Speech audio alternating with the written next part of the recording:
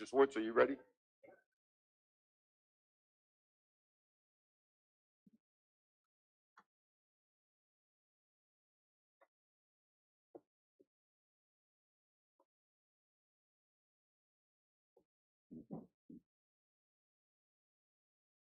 All right, ladies and gentlemen, we will call a special joint meeting of the Caroline County Board of Supervisors and the Planning Commission to order.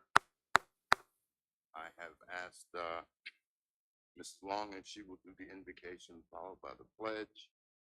We've called our meeting to order. Once we complete the pledge, I'm going to ask the Planning Commission to call their meeting to order, and then we will proceed directly to the joint public hearing. After that's over, then we'll do board comment. So, Mrs. Long, if you would.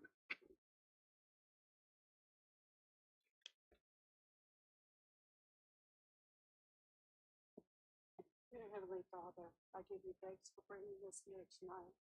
Give you thanks for a country that allows us to meet freely. Thanks to God and to become to honor those who are less fortunate, especially those in war-torn areas. Guide them and cover them, protect and strengthen those who have lost loved ones. Bring all those who have been home in your grace, we pray. Amen. Amen. You join me with the pledge.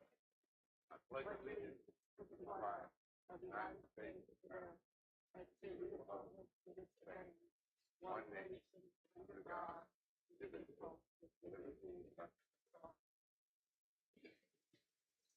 Mr. Schwartz, if you would call the Planning Commission to order.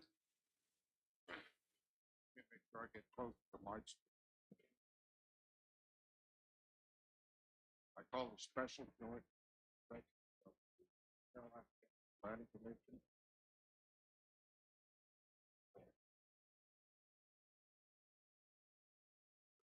Would you like to introduce the Planning Commission members that are here? I forgot to do the board, so. Yes, sir. Ladies and gentlemen, to my far left is Mr. J.D. Young, representing Reedy Church.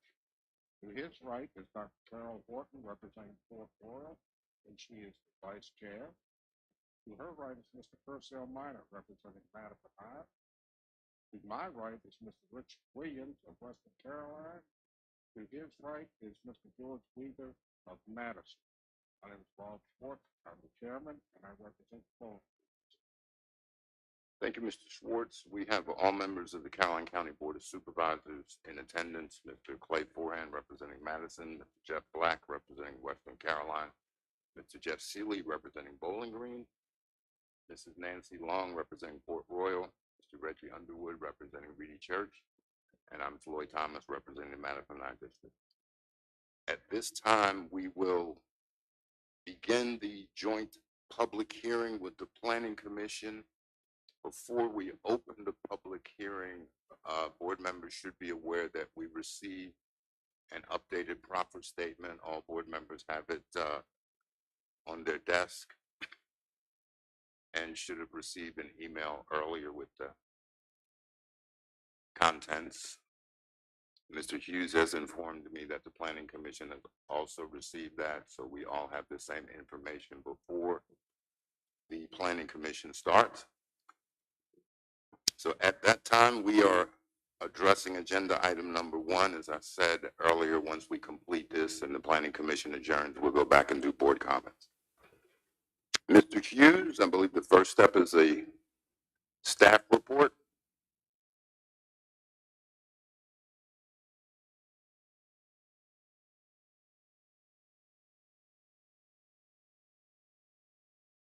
Good evening, Mr. Chair, member of the board, member of the commission.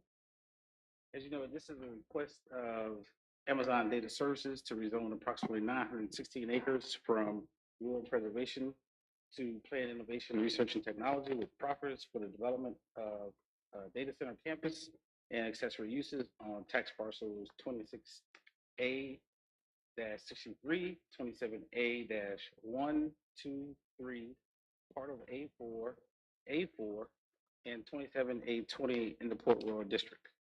The applicant is proposing that the project will develop in phases with not more than 4.5 million square feet in data center uses with accessory uses. Phase 1 is proper to be not more than 600,000 square feet for data centers.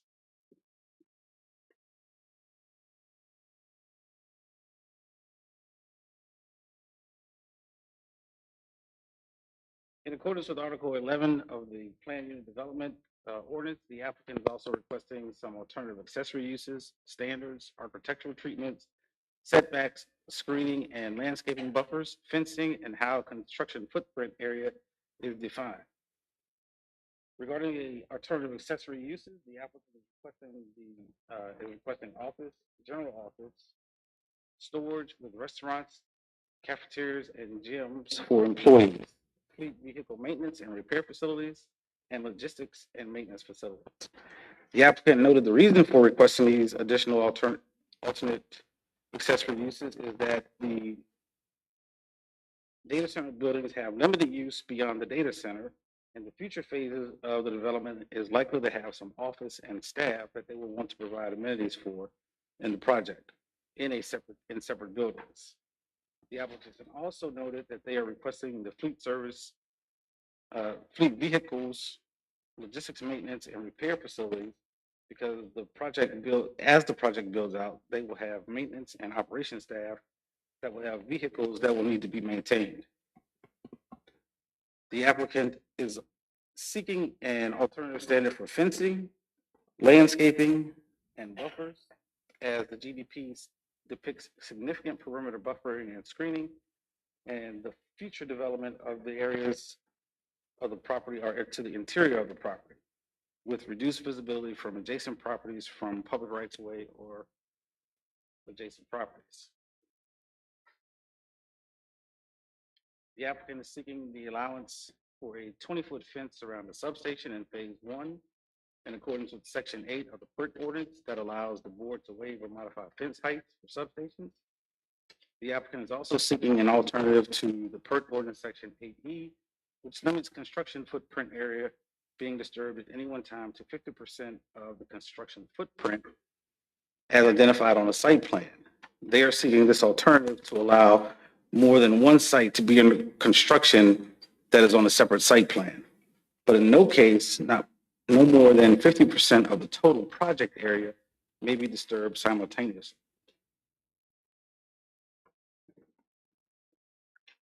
This page is from the applicant's generalized development plan and highlights the parcels that are included in the rezoning. Route 606 is noted to the north. The Matter River is noted to the south and runs along the red line that notes the southern boundary of the zoning request. The orange line to the west notes the Caroline Spotsylvania County jurisdictional boundary line. The area in Spotsylvania west of Caroline is in the Spotsylvania County designated growth boundary, and Spotsylvania recently approved a zoning in this area to accommodate industrial development and the extension of water, wastewater, and industrial use water to the Amazon project in Caroline. This is an aerial view of the subject parcels outlined in red. The green line represents the approximate jurisdictional boundary and Interstate I-95 is noted as the white line running north and south. This photo also shows the current development pattern in the area. There are 15 homes within 1 mile of the data center, which encompasses 2,011 acres with a density of 1 residence per 134 acres. The closest single-family dwelling to the project is on parcel 15A7, adjacent to the entrance on 606, which is where the entrance of the project will be, and is approximately 3,400 feet from the data center. The closest single-family residence to the data center site shown on the GDP is approximately 2,000 feet to the east on parcel 27A6A. Beyond that, the next closest house to the east, which is not pictured, is approximately 3,600 feet away on Edge Hill Road. To the south, the closest house is approximately 4,100 feet away south of the Matter River. This is a zoning map of the area. It shows the current RP zoning, which is the dominant zoning in the area. The red line on the east represents the eastern boundary of the subject properties. The star is the approximate center of the middle or center of the subject properties.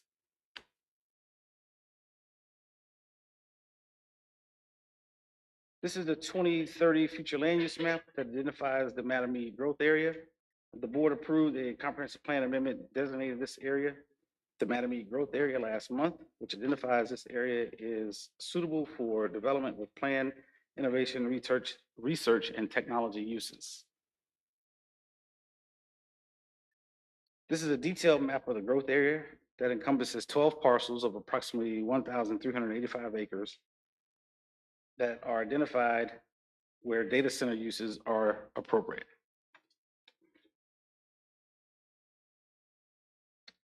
This page is from the applicant's generalized development plan. It depicts the phase one improvements. I'll start at the front out on 606, where it shows a 30-foot access road and guard station that are approximately 2,400 feet from Route 606.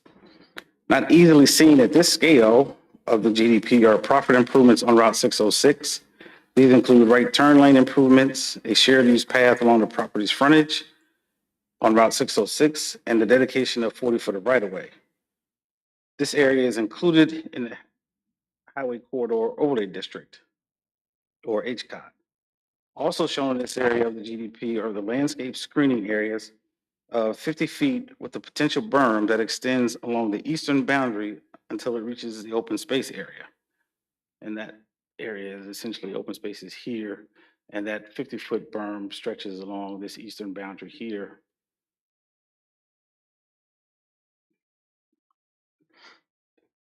The GDP also shows two proposed data center buildings totaling approximately 600,000 square feet there in yellow on the screen.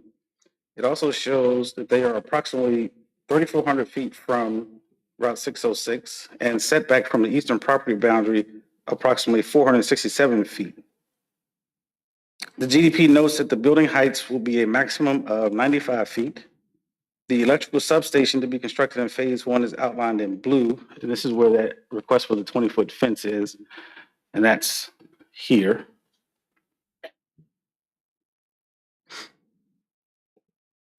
This is also the area where the 500 and 230 kV power lines that will provide electricity across the site.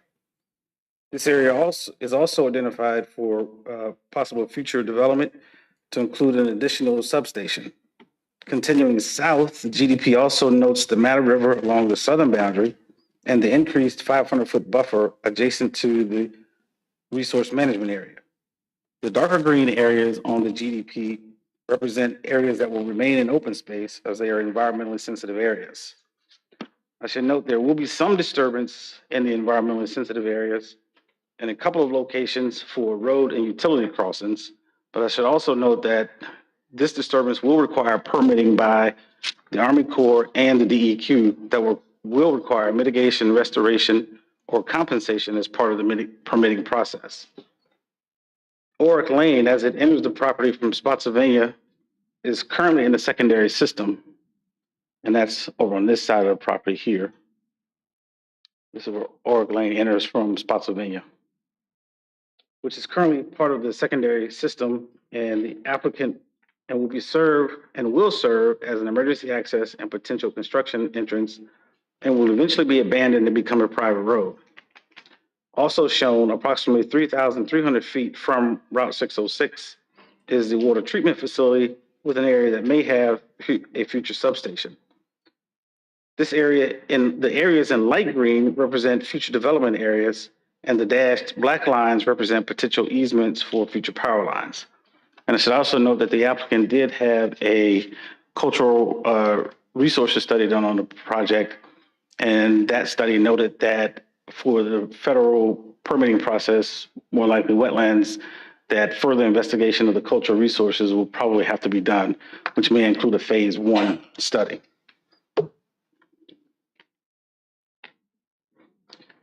The applicant has submitted a proffer statement which offers commitments to the land uses of data centers, public distribution and transmission facilities, and the accessory and alternative uses as noted in section C of the land use section of the proffer statement.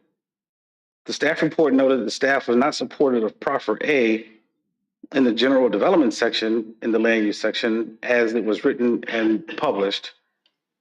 But since the publishing of the staff report, the applicant has amended the proffer language, and now the language includes a prohibition of any data center in phase one being closer than 3,000 feet to Route 606. This change addresses the concern noted by staff. Also, there was language amended to clarify that the utilities being extended from Spotsylvania are private and not public utilities.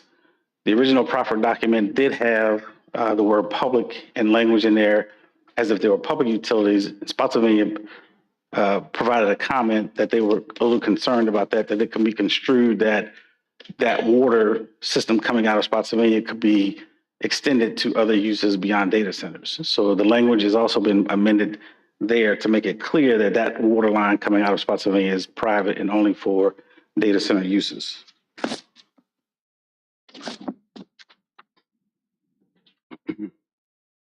The proffers include commitments to transportation improvements as noted on the GDP, including access points to the site as generally shown, the construction of an access from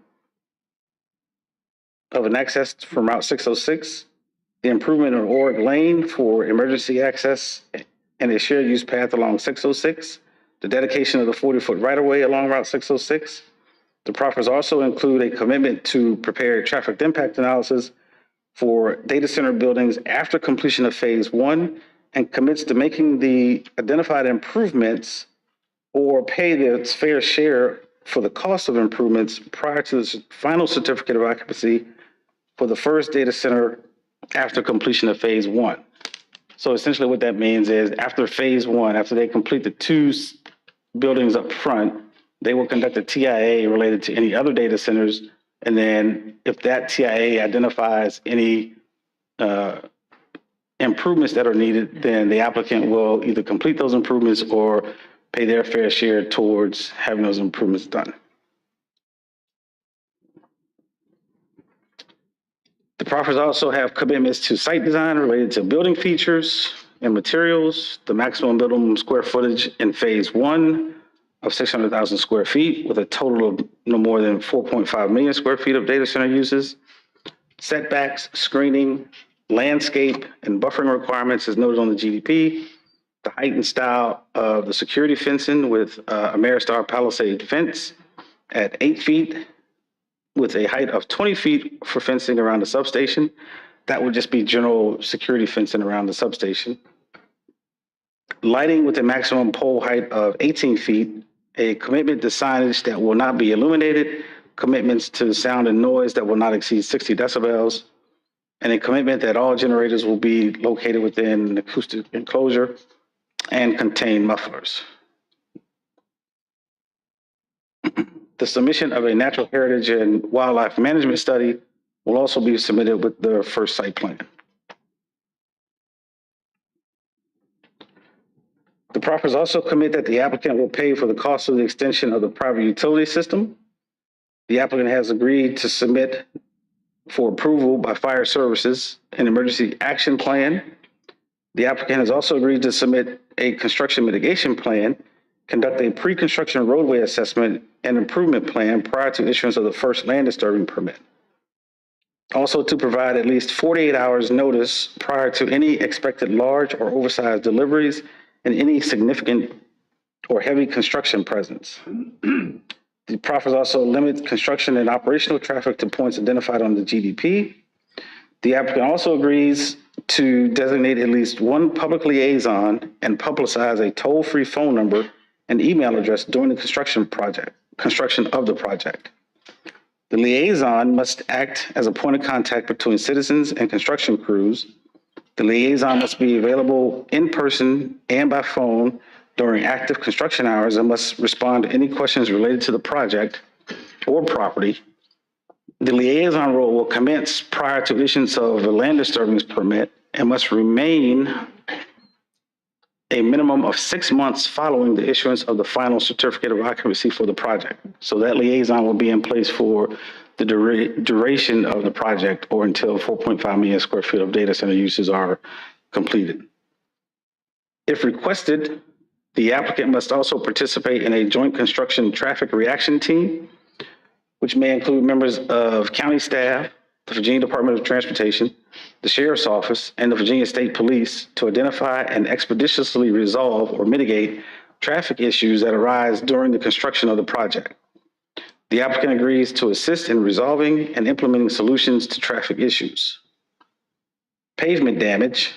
The applicant also commits that any pavement damage to roads, including shoulders and aprons, attributable to the construction of the project must be repaired by the applicant within 120 days of issuance of the final certificate of occupancy for the project at the applicant's expense, or initiate the process of said repairs within 48 hours after receiving notice from the county. Regardless of any future development area shown on this GDP, not more than 50% of the construction footprint for the entire project area shall be disturbed at any one time without permanent vegetation being established. The proffers also note a reimbursement for the use of third parties for permitting, reviewing, and enforcing any aspect of the project. The proffers also note that on each anniversary date or the next business day, if the anniversary date falls on a weekend or holiday of the project's rezoning approval and expiring upon full development of the project, the applicant will provide the county zoning administrator with a written update and general project development schedule for the project.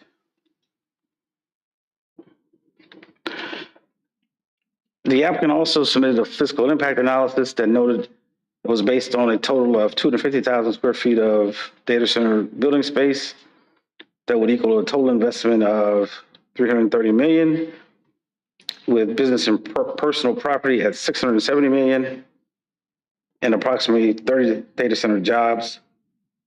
The total investment would be like $3.7 billion or $1 million per square foot.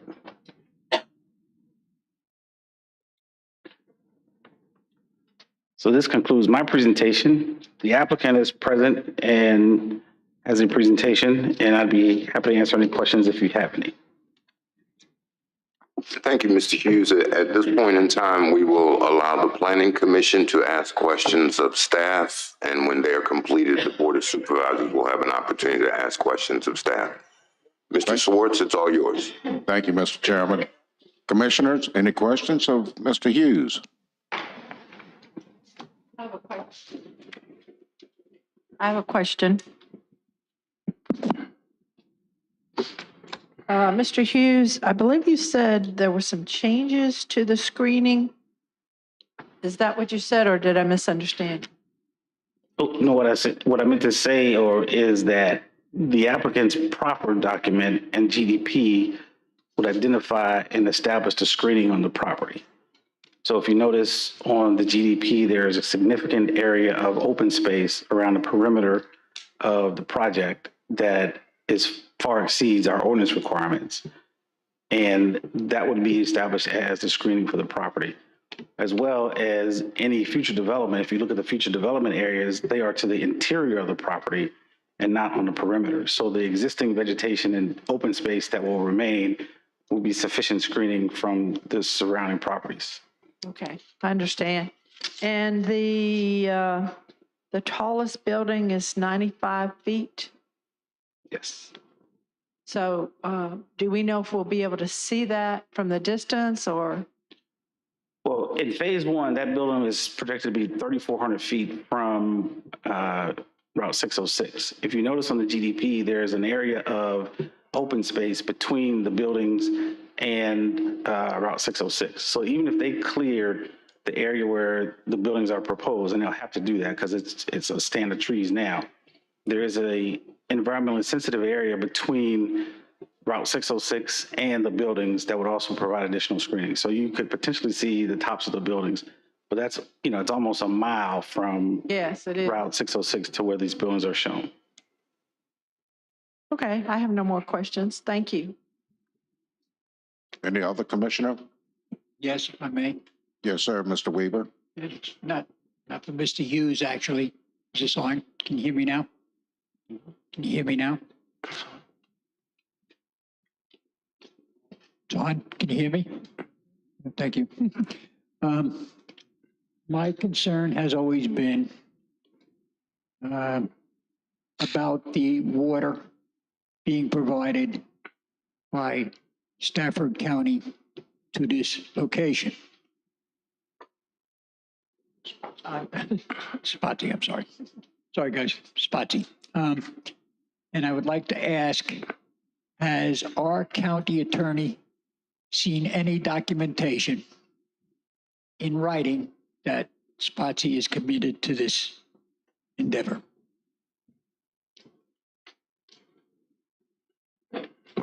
Excuse me, sorry about that. Yes, Mr. Weber, we have been working with Spotsylvania County for quite some time now. There's a draft agreement in place, there's terms in place, and everyone was waiting on the zoning to be finalized, to finalize that agreement. Spotsylvania has finalized their zoning, and as I think was mentioned in the staff report, part of that was to allow to rezone the property in order for the necessary infrastructure to be built there. And then it will come into Caroline County. The agreement that's been negotiated between Caroline and Spotsylvania County provides for how that's going to happen, and then there'll be a revenue sharing between the two counties, so that Spotsylvania recoups the benefits by being the provider of the utilities, while Caroline continues to retain the majority of the tax revenue.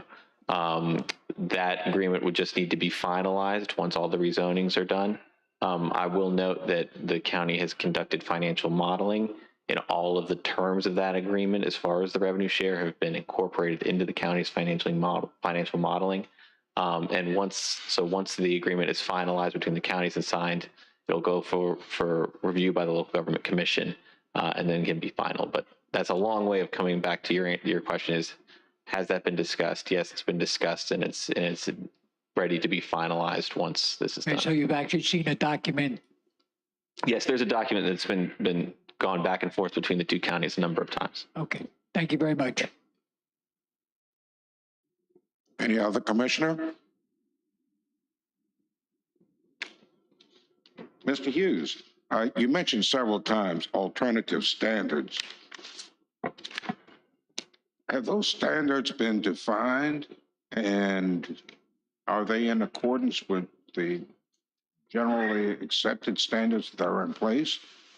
Yes, And how would they differ? Because, and I know it would be individualized based upon the standard, but how much deviation are we speaking of? so there's not significant deviation. The alternative uses, there are a couple that are not within the PERT ordinance. And so in accordance with Article 11 of the zoning ordinance, the plan unit development, which the PERT ordinance is in, there is an allowance that the applicant can ask for alternative standards to that ordinance. And so what they've asked for in terms of uses, they've asked for the office, general office, stores, the gym, the restaurants, in the office buildings. And as I noted, in the PERT ordinance, we have a provision that says you can have a restaurant if it's in the building for employees. And so what they have indicated is that their data center buildings themselves will essentially be data centers. They won't have a lot of extra space in them. And so as the project develops in the phases out into the future, there will be office buildings on the campus that they would want to have those amenities of a restaurant and a gym in those buildings. And so they're making it clear through their proffer statement that they're asking for those accessory uses to be allowed. In terms of the screening, the fencing, and the setbacks, like I said, they are establishing those standards through the GDP as they are shown on the GDP with those existing open spaces, so that would be the standard, which is greater than, if you look at it in reality, greater than what is required in the PERT. Thank you, sir. And I think we have discussed previously that, in particular, the restaurants, there's going to be no retail activity there. In other words, I couldn't take my wife to lunch at the data center complex, that this will be for employee use only. That is correct, sir. This is a closed facility. Hence why I noted that the guardhouse and the gatehouse is there. So their facility will not have public access. Okay. And my final question is concerning the cultural study for natural heritage, because knowing the Commonwealth of Virginia as populated as it was by initial Native Americans, there is probably located on that property somewhere a Native American site as well as possibly grave sites because of historically how our founding fathers, when they set up a farm and someone passed away, they took grandma out in the backyard and buried her. So, and I've been involved previously with residential developments on large tracts of land where all of a sudden a backhoe hits grandma's grave. And so it does happen. Is that study going to be completed prior to any construction? It would. So as a part of the wetlands mitigation permitting process, the Corps would require more than likely a phase one cultural resources study.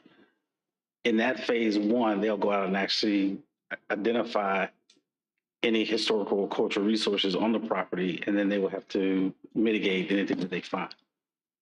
So if you notice in the study that they provided, it was a desktop study, and it did indicate that there's a high probability of some historical cultural resources on the site. And then I think even in the proffer document, I believe it is in the proffer document, but for the folks in the audience and the general public as well, I wanted to make sure that that was addressed because I know that that's a concern of some of our citizens. yes. Okay, thank you. Mr. Hughes, I noticed on page 5 of the voluntary proffer statement, it clearly states, and I want to make sure this is the way it was meant to be stated. It's in reference to site design, which is really buildings as design. They combine both of them together, okay? It says, number 3, additional materials and features not listed above may be permitted if the zoning administrator determines that they are substantially similar in appearance and quality to the other materials listed in this section. I just want to know, is that going to be Caroline County's responsibility as zoning administrator to determine this?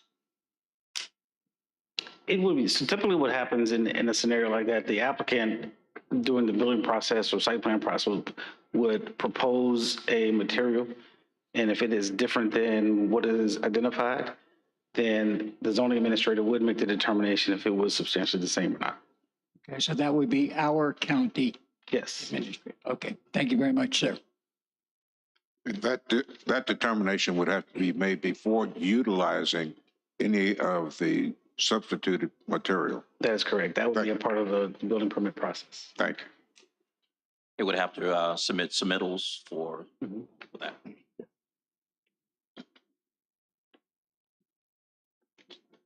Commissioners, any further questions? We have none, Mr. Hughes. Thank you very much. And as I know, the applicant has a presentation. Yes, sir. Thank you, Mr. Schwartz. Mr. Hughes, if you'll wait to see if the Board of Supervisors have any questions for the staff report. Mr. Forehand, any questions for the staff report? No, sir. Mr. Black? Yeah, I just have one, Mr. Hughes. At the last meeting, we were talking when we voted on the PERT. We had kept the buffer at the 500 feet for the resource sensitive areas. And this project, from what I'm seeing, if you can tell me if that's correct, that we are staying within that 500-foot buffer, correct? That is correct. Okay, thank you. And just for clarification, that was along rivers and that the Both sides, GDP, yeah. the GDP does indeed show that. I just wanted to double check. Thank you. Mr. Seeley? I have none at this time, Mr. Chairman. Mrs. Long? I just have a couple of quick ones. Under lighting, I don't see it specified, I think it's on page 5, that it needs to be down lighting. That's what we require every place else because of AP Hill. That is correct. And that's an ordinance standard. So Move your mic back. that is an ordinance standard. So that is a requirement when they submit their site plans and their lighting plan. They will So I have don't to. need to see it in here. No, ma'am. Okay. And then the facility for the for the fleet, is it also our standard that no tires are stored and that type of thing? I realize this is probably going to be basic maintenance, but tires are basic maintenance. And, you know, I don't like tires sitting around. I don't like mosquitoes either. So does that need to be put in there? And that they would be, and how they'll be disposed of?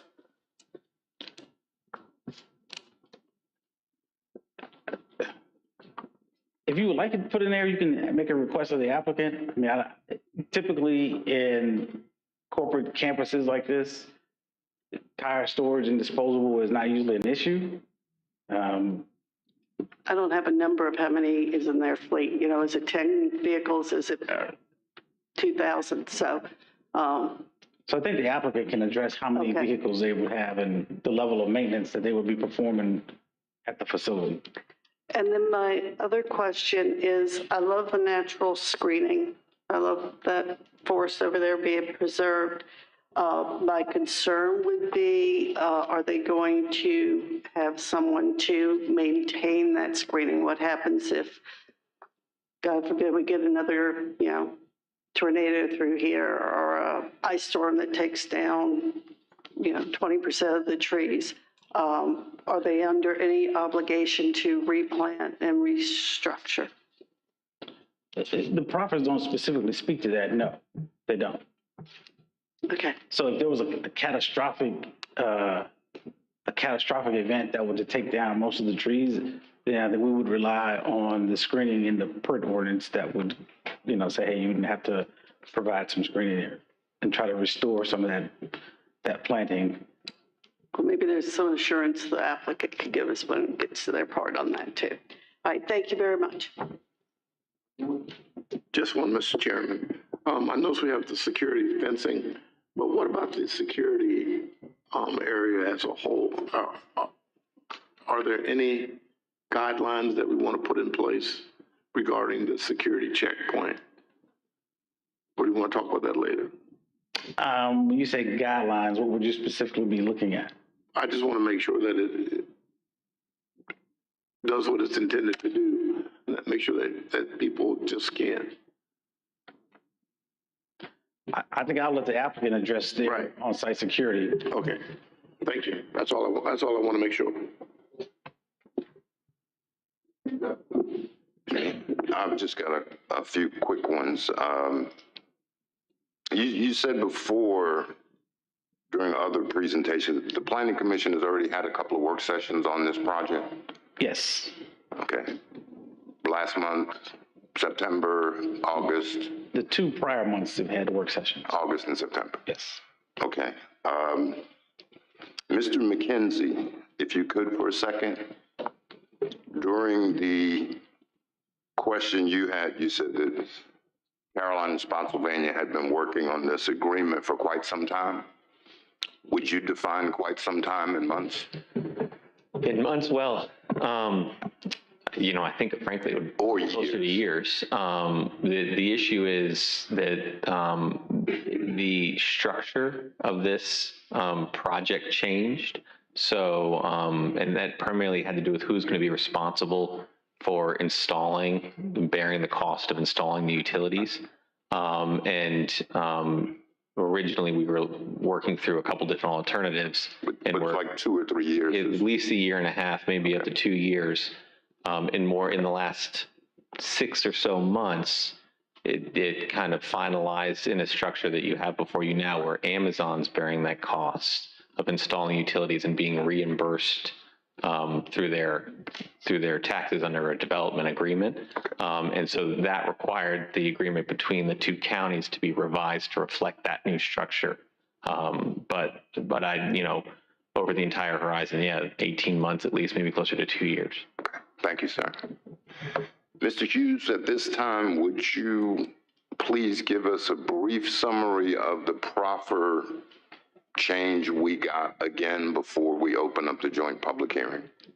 Sure. So when the staff report was published, there was a comment in the staff report that staff was not supportive of proffer under land use A as it was written. And so since the staff report was published, the applicant has agreed to amend that proffer, which allows, well, which essentially puts a prohibition of any data center uses in phase one being closer than 3,000 feet to Route 606. Thank you, sir. I believe we've asked all the questions. Planning Commission, have any more questions? Mr. McKenzie? Just want to make one clarification on what I just stated for the record to be clear. The reimbursement will come from a portion of taxes. I mean, for the utility infrastructure, the county's not giving up all of its tax revenue from this project. Right. Thank you for that clarification. Mr. Chair, may I add one other thing? So late this afternoon, after you got your change related to proffer A, Spotsylvania had a comment on the proffer document where under the utility section, it noted public utilities as being extended, and they were concerned that that could be construed to mean that somehow the water that was coming from Spotsylvania could be extended to other uses on the property beyond data centers. And so that language has been changed to say private utilities versus public. So I wanted to make that clear as well. And you did mention that during your presentation, and thank you for mentioning that again, because once we open up the public hearing, we can have no more additions to the proffers, no changes. They are as they are presented at this point in time. Having said that, if the board has no more questions, we will now declare the joint public. The applicant's going to go first. As soon as I declare the joint public hearing to be opened. Joint public hearing for the Planning Commission and the Board of Supervisors for RZ 02-2023 is declared open. I was going to give the applicant an opportunity to speak first. You want something you'd like to add? Yes, I do need to do one thing, and I forgot to do it. It's very important. Do I need to reverse being open? Yes, please. Well, I'll reverse being open.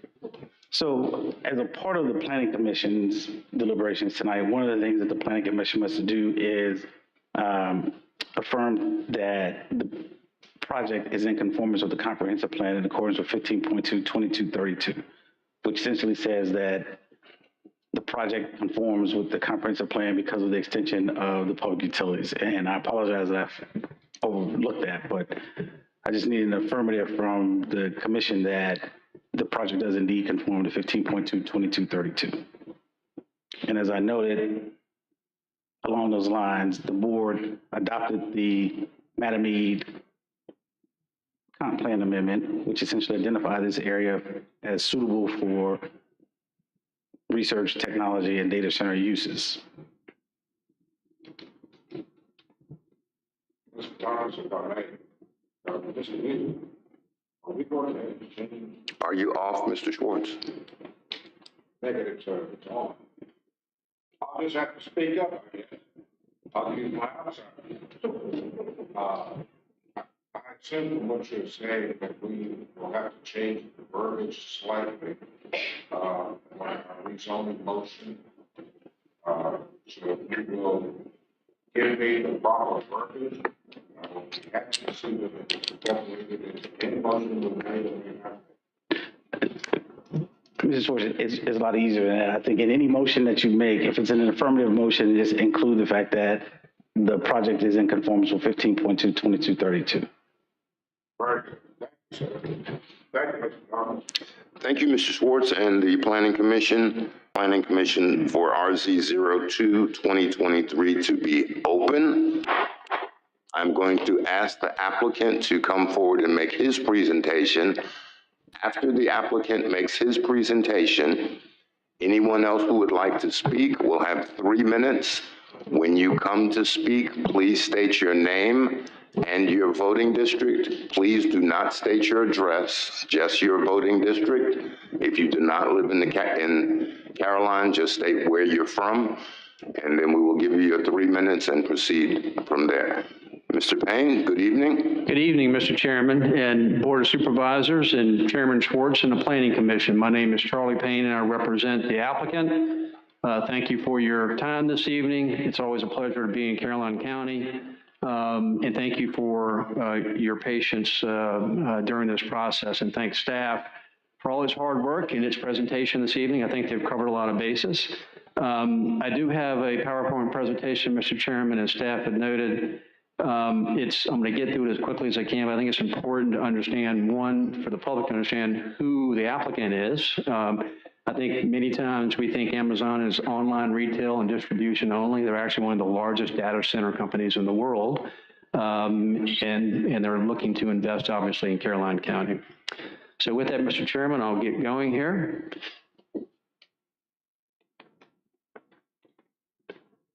So just real quick about Amazon, they're obviously located in Virginia and have had data centers here since 2006. As you all maybe recall from 2018, their second headquarters was moved here, was located here on the East Coast in Arlington. They employ roughly 8,800 full-time Virginians. They have paid over $334 million in business personal property tax since 2022. They've invested over $51.9 billion in Virginia from the past 10 years through 2021, and they generate about $8.2 billion in total gross domestic product in Virginia. So obviously, they're a very large private investor in the Commonwealth. So most recently, this past February, you may recall the announcement jointly with the governor's office of Amazon investing $35 billion capital investment in the Commonwealth of Virginia and creating 1,000 jobs. As you many know, there's a lot of competition for data center investment, and it's our neighboring states, North Carolina, West Virginia, Pennsylvania, and Maryland, and other states that are looking for this investment as well.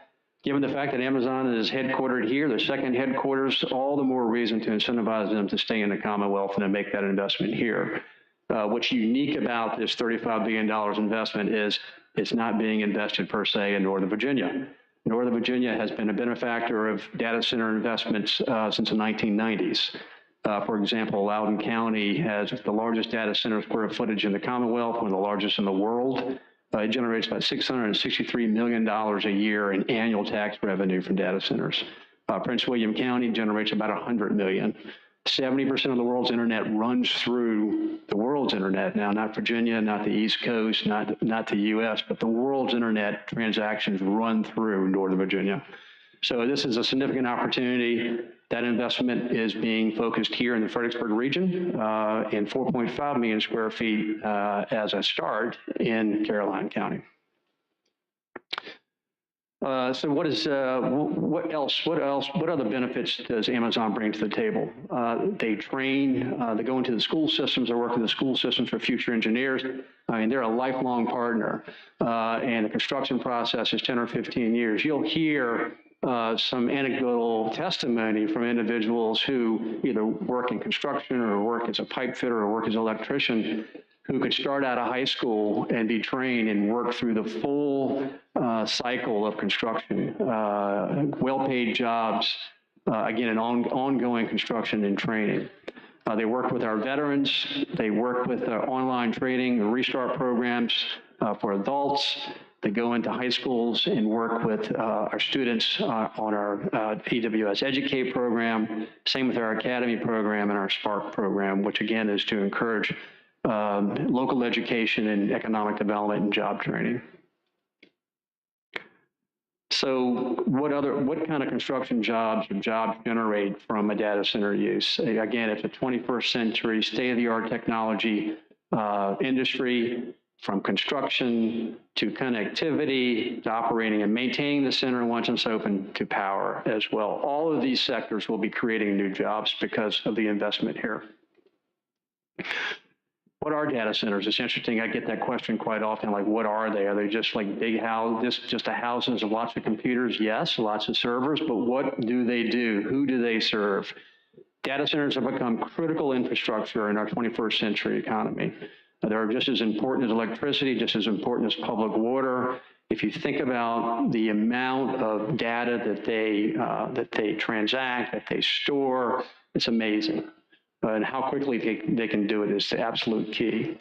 So each one of these facilities, and we'll get into some of the economic numbers here towards the end, but each one of these facilities house thousands and thousands of pieces of modern technology and computer storage devices, networking infrastructure, backup power systems.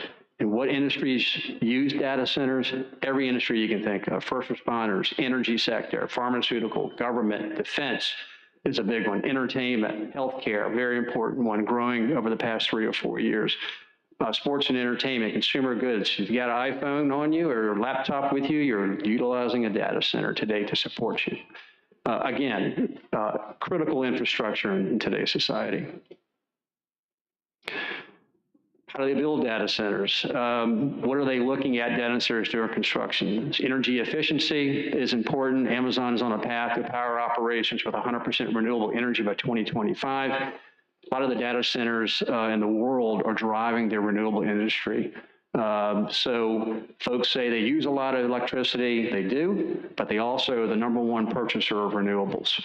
Water stewardship, Amazon is committed to becoming water positive by 2030 and returning more water to the communities than is used in the data center operations. As you'll see in our presentation, a reuse system, a reclaim system of water, which is basically wastewater that would typically be discharged, is actually going to be re-looped through the system to cool the facilities versus using potable water.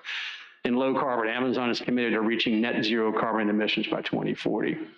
Security, these are, to Mr. Underwood's questions, these are highly secured facilities, not only guard gates, but fencing around the facilities, fencing around the substations, and obviously all the bells and whistles that come with security in that regard.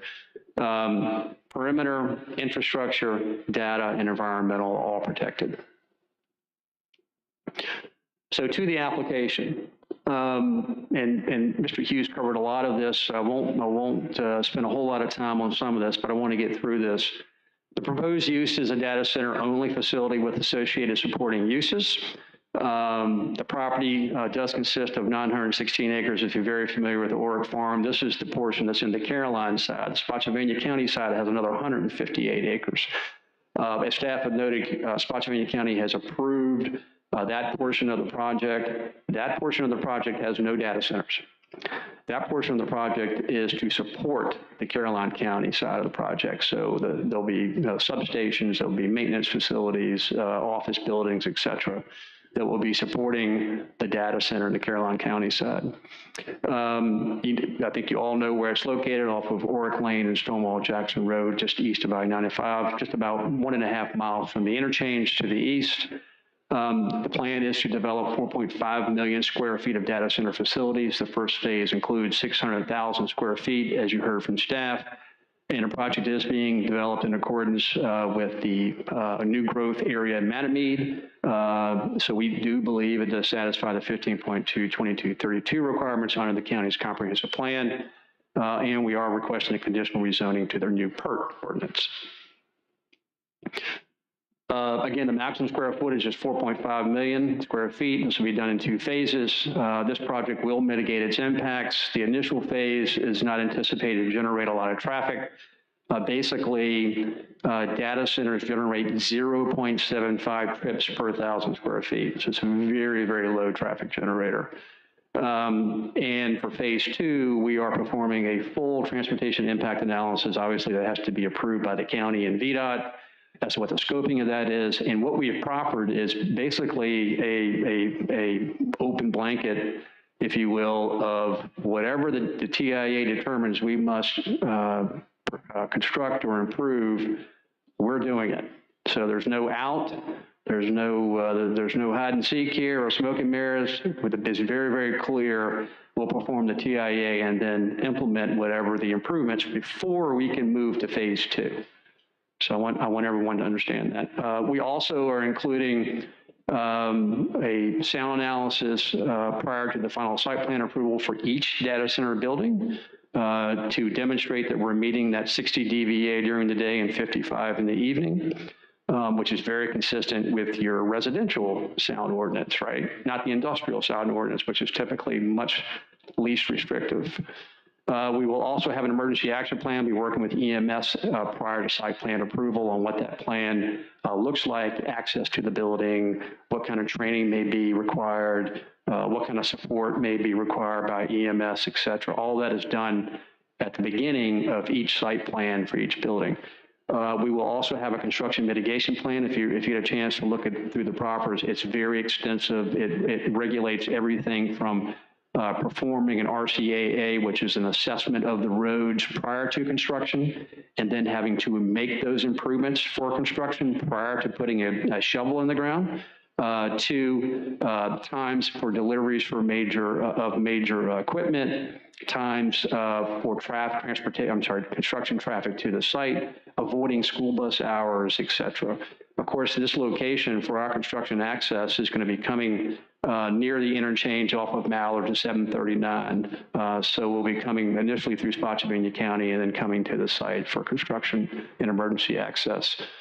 The project is a significant economic development and job creator. You'll see that 1 million square feet generates about $14.8 million annually in tax revenue. And we'll get into some of those details in a bit. The project will have access to public utilities. Obviously, as staff had noted, with an agreement with Spotsylvania County, Amazon is financing and paying for and building, they're paying for all of the infrastructure, but they're building most of it, including the utilities that will be extended to the Spotsylvania County side and then extended eventually into Caroline for our use. And that'll be potable water and that'll be sewer. Reuse water system will also be extended and utilized for this project. The project will include adequate electric infrastructure facilities. You may very well have in your file a will serve letter from Rappahannock Electric Co-op. They will be the energy provider. The project will include roadway condition assessment analysis, which I mentioned earlier, for construction. And we've got some questions in the past about environmental friendly construction and development elements. All of our design and construction includes light colored roofing or heat island reduction, downward facing shielded lighting to Ms. Long's question, pollution to reduce light pollution, 100% reclaimed water usage, as may specifically described in the proffer statement. We're reducing our impervious footprint. We don't have a whole lot of parking. There's not a whole lot of employees in these buildings. There's about 30 employees per every 250,000 square feet. Now, there's going to be a good number of employees at full build out, but we don't require a lot of parking. And these will be multiple buildings. I don't want folks to think we're going to build one big 4.5 million square foot facility. These will be multiple buildings on the site. Low flow fixtures to reduce potable water consumption, and no irrigation systems on site. We'll have native species that we'll be planting that are drought resistant. So here's the generalized development plan that staff had shown the community and the board. You see our major access is going to be off of 606. The first there's not one data center that will be built on the site, Ms. Long, that is closer than 3,000 feet to Route 606. And as you can see, there's quite a bit of wetlands in between us and that location, and a significant amount of screening. You'll see in the view sheds I'll show you here in a bit that it's going to be very difficult to see the buildings. So the light green is a developed area. The open space is the darker green. The light industrial is the, I guess, kind of the yellowish. The substation is the purple, and then the pinkish salamander color is the auxiliary building support. So street view from Stonewall Jackson Road. This is looking from Stonewall Jackson into the site. So what you're seeing, Dr. Horton and Ms. Long, is the tree line is basically shielding the view of these buildings, and these buildings are going to be up to 95 feet. What you're seeing are the buildings behind the screening. So they're not in front, you can't see them because of the tree line, but we're showing where those buildings are located behind those trees. So you can see they're quite low in regards to topography. And you see the bottom picture there, you can't see them. This is the street view, if you will, from looking north into the site. Again, same image. We have a tree lines that would screen the site, and this is the height of the buildings, if it were, compared to the trees, and they're located behind, a good distance behind the tree line. We just wanted to give some folks the indication as to scale as to where they'd be located and sort of the topography. But the bottom view is what you'll actually see. Trees. And again, here's the visibility section review, just showing you what I just discussed about how the topography drops as you get closer to the center of the site. And I know the planning commission members had an opportunity to go to the site and visit it, and it's in the middle of nowhere, right? And you really can't see the road, you can't hear the road, and there's huge transmission facilities that run right through the middle of the farm. And the distance is 3450 for the first phase building to Stonewall Jackson. Here are proffered illustrative concept renderings. Looks like a big office building. I think some folks get the impression that these are just big, ugly industrial buildings. They're not. They're very expensive to build, and the concept is, to break up the architecture, make it look like a nice office building, and internally, it's obviously a data center operation. And here are some additional concepts. As you can see, the elements there, A through F, putting a lot of thinking into the architectural structure of the site and features of the site. Here's some additional elevations.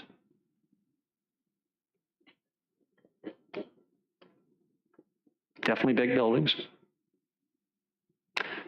Transportation impacts, as I had noted earlier, the project is developed in phases. The first phase is 600,000 square feet. Just to show you what a low traffic generator these are, the AM, PM peak hour trips for 600,000 square foot building is 54. So if you think about distribution centers that are also in the county, they generate a lot. For 600,000 square feet, it's 8 times that number.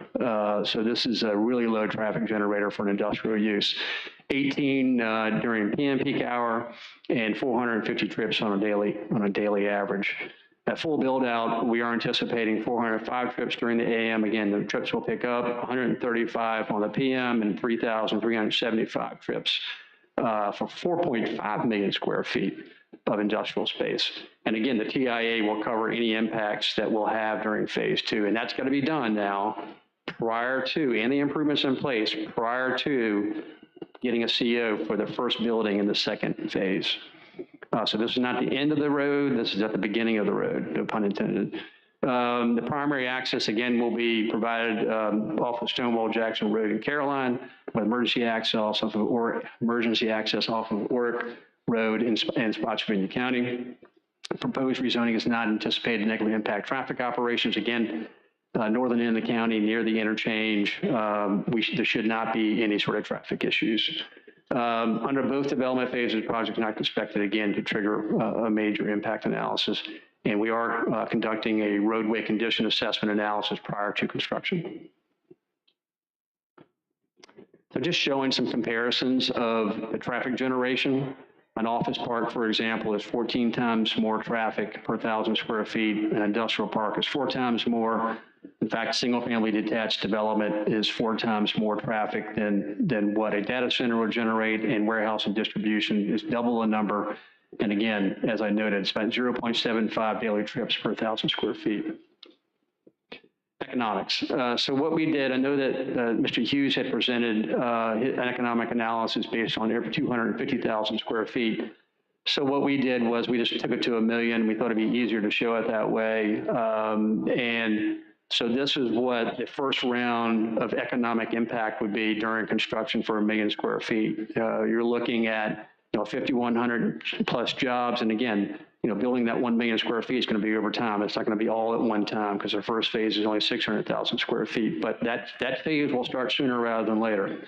The labor income from that is $176 million and over $1 billion in output from that. That's just from construction.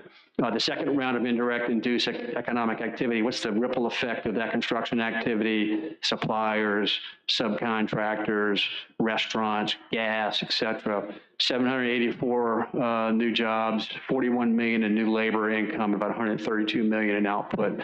So it's about $1.2 billion in economic output for every 1 million square feet. Remember, we're proposing 4.5 million square feet.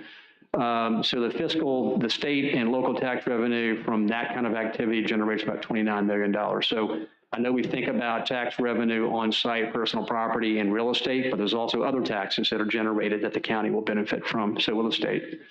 During full operations, 1 million square feet, First round is 96 jobs, over 15 million labor income, over 152 million in output. Second round, which is indirect and induced, again, those sort of spin-off, maintenance, IT operators, electricians, folks who are working security, et cetera, and then off-site as well. So that's the interesting thing about this type of investment. It has an enormous ripple effect of new opportunities off-site. Generates about 15 million plus in labor income, about 97 million in output. So all in during operations, about 250 million annually. This is annually. This is not, if you think about what these numbers are being generated, especially from the second round of indirect impact. So getting down to the brass tacks in regards to from a local tax perspective, and these are gross numbers. This doesn't take into account any sort of performance agreement or any sort of incentive agreement that the county may be working on. This is just, or the agreement that you have with Spotsylvania County. This is just to the gross tax revenue that's generated. Using your tax rate for real estate on a million square feet, which is about a roughly $3.2 billion investment and the real estate and the personal property tax is about $14,831,200 annually on 1 million square feet. If you just put it all together, just put all the gross numbers together, it's about 67 million total at 4.5 million. Can you summarize, Mr. Payne? Yes, I can. I can do better than that. I think I can get right to the questions. It won't let me get to the questions, but that's it, Mr. Chairman. I'm happy to answer any questions you may have, and thank you very much for your time and your patience on the presentation. All right, appreciate that. If you will have a seat in the front, we will call you up periodically to answer questions. Thank you. Again, as a reminder to all those who would like to speak, you would be speaking specifically to RZ 02-2023, which is the rezoning for the Auroch property called Mattamead, bordering Spotsylvania County on Stonewall Jackson Drive. You will have to keep your comments relative to that particular rezoning. And at this point in time, anyone who would like to speak may please come forward, state your name and your voting district. Is there anyone who would like to speak?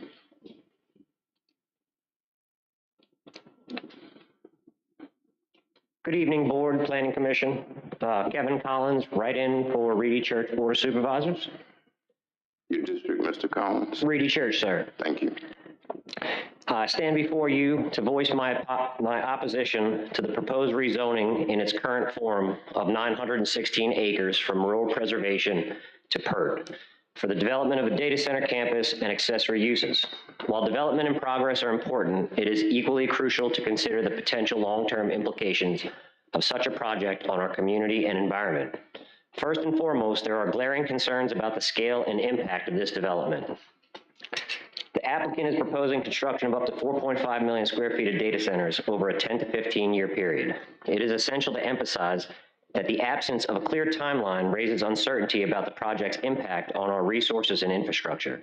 Moreover, the lack of a completion date or even the discussion of a start date for reuse water supply and the potential use of potable drinking water raises questions about the sustainability of this venture. Will wells need to be drilled on site to meet the water demands, and will this exacerbate strain on our already limited resources? Additionally, the building heights exceed the parameters defined in the PERT zoning regulations. There's one building with a 116-foot parapet. 95 is supposed to be all-inclusive to include any auxiliary structures on the buildings. In adhering to zoning rules is concerning and raises questions about the integrity of the approval process. It is crucial to ensure that decisions are made based on established guidelines and that those guidelines are not altered haphazardly, undermining the trust of the community in the regulatory framework. The enormity of the rezoning application, consisting of 200 pages, leaves very little time for thorough review and consideration by members of this board. It is neither fair nor responsible to expect officials to make informed decisions on a project of this magnitude with such limited time for review and discussion. The interests of the community should not be sacrificed for the convenience of the developer, especially when there are apparent concerns about the project's impacts. Recent revelations about developer and lawyer influence and communications have raised questions about the transparency and fairness of the decision-making process in Caroline County. It is essential that this board acts in the best interest of Caroline rather than prioritizing the interest of developers. The public trust in local governance is of utmost importance, and decisions should be made based on a thorough, unbiased evaluation of the project's merits and potential impacts on the community. In conclusion, the proposed rezoning of 916 acres for data center campus raises significant concerns about the potential impact, adherence to zoning regulations, and the transparency of the decision-making process. It is imperative that we prioritize long-term well-being of our community over the convenience of developers. I urge you to consider these concerns and take cautious and thoughtful approach when evaluating this rezoning application. Thank you. And one last note, it's very concerning that the county would go and make a town hall for data center information and provide it 6 days after the first major rezoning for a data center. There are residents in this county that know nothing about these things, and that is a slap in the face to every. Thank you, sir.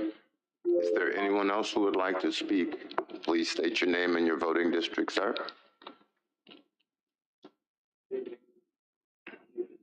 I on? Ah, there we go. Sorry. Good evening, Mr. Chair, Board, Commissioners. My name is Charles Kelly. I'm a resident of Richmond, Virginia. I am, however, the business manager, basically the elected CEO for the International Brotherhood of Electrical Workers, Local 666. I represent 1,450 electricians in Central Virginia, including several that live in Caroline County. I'm here this evening in support of this project and this proposal. My members do a significant amount of work in data center projects like this. These complex projects offer great opportunities for construction workers and most especially electricians due to the complexity of the projects. Our apprenticeship program, which is currently around 300 students, trains the next generation of electricians for our contractors and the community. There are literally hundreds of our alumni working for various industrial, commercial, and governmental organizations in Central Virginia. I passed one of them on the way in here this evening, as a matter of fact. Our program takes in applicants from a wide variety of backgrounds, but obviously the high schools are a very obvious choice where we look for candidates. Our apprenticeship program does come to the high school in Caroline County, talk with students about opportunities for a career in the IBEW. Our program is what's termed a day school program, so our students work during the week, leaving at lunch 1 day a week to attend class from 1 to 7. Right now, if we take some in from this area, they're very likely to travel into Richmond or Henrico or somewhere like that for work, or alternatively, they may choose to go become members of IBEW 26 and work in the Northern Virginia metro area. This proposed project would provide opportunities for those that live in this county and surrounding communities to work much closer to home and earn a living at a middle-class career in the trades. My members and I support this project, and we hope that you all will as well. One of my residents that was excited about this project and planning to be here this evening is unfortunately on the way to another state for work right now because major construction in Central Virginia is sort of on a pause at the moment. So anyway, thank you all for your time. Thank you, sir. Is there anyone else who would like to speak regarding this matter?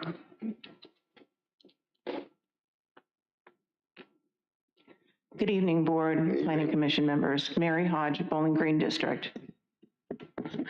DEQ report on House Bill 206. One of the goals is the protection of Virginia's prime agricultural soils and forest lands. These lands are vital because they have the largest economic impact in the Commonwealth, and once altered, cannot be restored. Should there not be similar legislation applicable to the massive tracts of land being seized now by corporate data holdings? When local counties were first courting this industry 5 years ago, most representatives did not even know what a data center even was, maybe a single building housing computer servers. And so it was easy to establish a tax base to incentivize them then. How prophetically now these Amazon monsters have now morphed into massive 1,000-acre campuses, encompassing millions of square feet of enclosed multi-story electronic activity. I do not understand why you were not given the clean copy of the PERT document last meeting that caused you so much confusion. I had a copy. I brought up valid points, but you didn't listen. I want to know about the 2-to-1 matching grants we are going to be paying for upfront for this infrastructure, thanks to the Cloud Computing Cluster Infrastructure Grant Fund. It is a cluster to me, all right. You front $2 for every one of theirs. I want to know about transmission lines and how my electric bill is being hijacked by Dominion to pay for these and all the land they will be seizing by eminent domain. These millions of dollars don't grow on trees. They have to be coming from somewhere, and I know they will be coming from my pocket. What about military and government leases? They're tax exempt.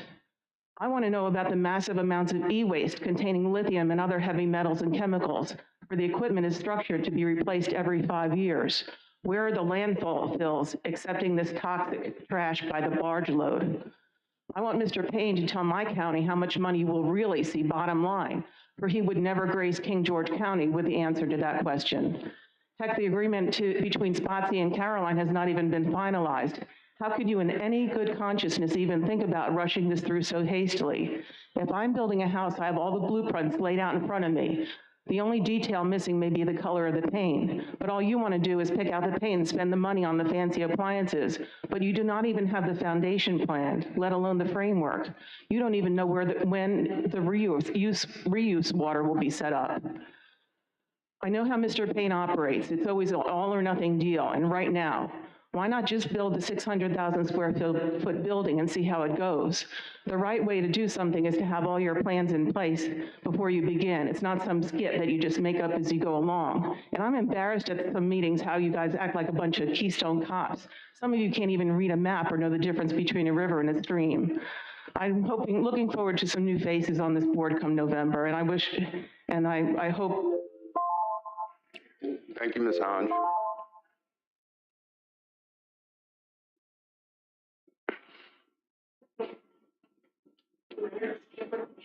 I'm from Bowling Green District. I wasn't planning on speaking because I don't have much of a voice. You want to move the mic down to make sure Yeah, you get probably yourself? should because I'm short anyway. I'm going to restart you, okay? Okay, is that better? That's perfect. Okay, all right. Kimberly, say your Kelly, name. Bowling Green District. And I didn't plan on speaking, but I just want to address a couple of things that I've heard from the applicant and from some other sources.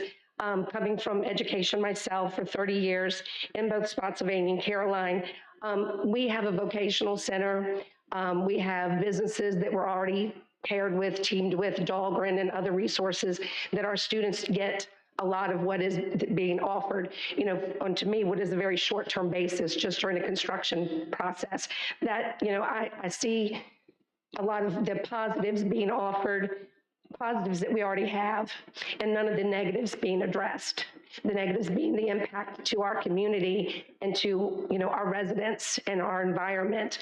I realize this is partnering with Spotsylvania, but then why doesn't Spotsylvania want the buildings there? I mean, I know there's probably a lot more to this than I know because I'm not in business.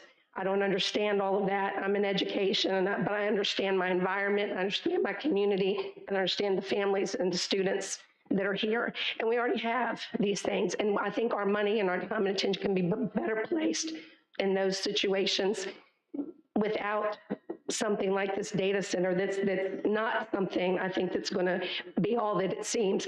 I hear them comparing the $1 million square foot structure. Well, it's not going to have this, it's not going to do that, but yet it's still going to bring in the same income. I feel like even though it's said it's not smoke and mirrors, I'm seeing smoke and mirrors. And I just feel like a lot more thought needs to be put into this before we jump in as a community and say, yeah, this is the direction we want to go. Just because there's people offering us things that they think that we need more than what we have. And that's, I think, just pretty much what I wanted to say. I think it's a very large structure. I kept hearing 600,000 square feet, but then I'm hearing 4.5 million square feet. And we're hearing this is going to be done as soon as phase one is, before we go into phase two, we're going to do all this. Well, what if you don't want to do phase two anymore? You decide, no, we don't want to do phase two. So then all the stuff that we promised that we're going to do at the end of phase one doesn't get done. I've seen that happen. I've seen it happen in Spotsy. I've seen it happen here, where things that are offered for offers, they come back later and they say, we're not going to do it or we can't do it, and then they get released from them. So I just don't think this is direction that the county should be going. Thank you for your time. Thank you, ma'am. Is there anyone else who would like to speak regarding this?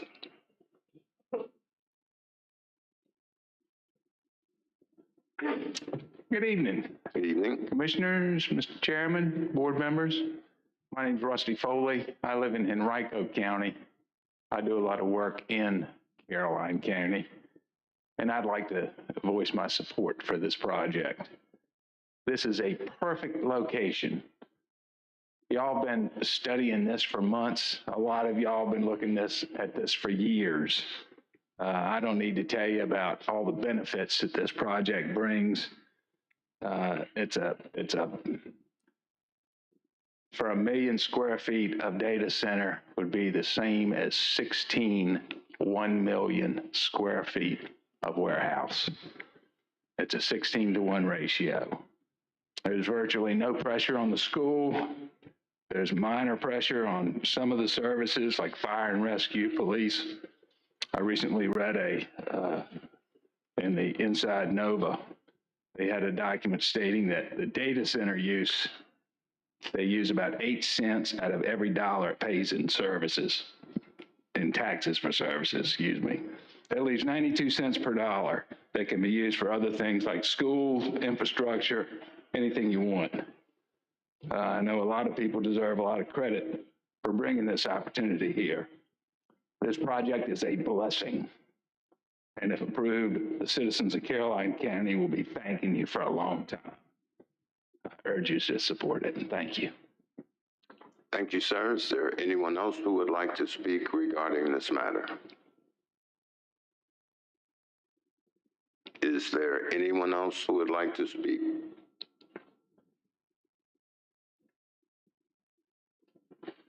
Good evening. Good evening. I will be brief. My name is Alec Medman. I work for a landowner down in to the Bowling Green district and down towards Sparta. I would urge everyone to listen to our first speaker, also to, I think she was the fourth speaker. Make yourselves look good, at least. You know, follow a little bit of sensible procedure. I know people have been working on this for a long time, but people are going to be thinking about this for a long time. So even if it is ultimately an approval, maybe wait till next week or the next meeting. I was driving around in that area earlier today. It's beautiful farmland, many, many historic resources, archaeological, natural, the Matter River. I don't think I need to say more this evening. I'll keep it at, I think that was 1 minute. So thank you for your consideration. Before you go, Mr. Medman, yes, sir. You said you work for someone in Caroline. Where do you live? So you live outside I'm sorry, the county? I live outside of the county. Okay. That is correct. Can you tell us where? I live in... Just the county? Yeah, Craven. Craven County? Yes. Okay, thank you, sir. Thank you. Appreciate it. Is there anyone else who would like to speak regarding this matter? Is there anyone else who would like to speak regarding this matter? Last call, is there anyone else who would like to speak regarding this matter? Hearing none, the joint public hearing with the Planning Commission is declared closed. We have completed the public hearing. Mr. Schwartz, I will leave it to the Planning Commission to debate this matter or deliberate this matter, and we will wait for your determination. Right. Commissioner, do you have any questions? David, can we get this mic fixed so that people online can hear? Because there's no way they can hear. Just pull it out and try to hold it close to yourself. Mr. Payne. Say what? Okay. Mr. Payne, do you have any further?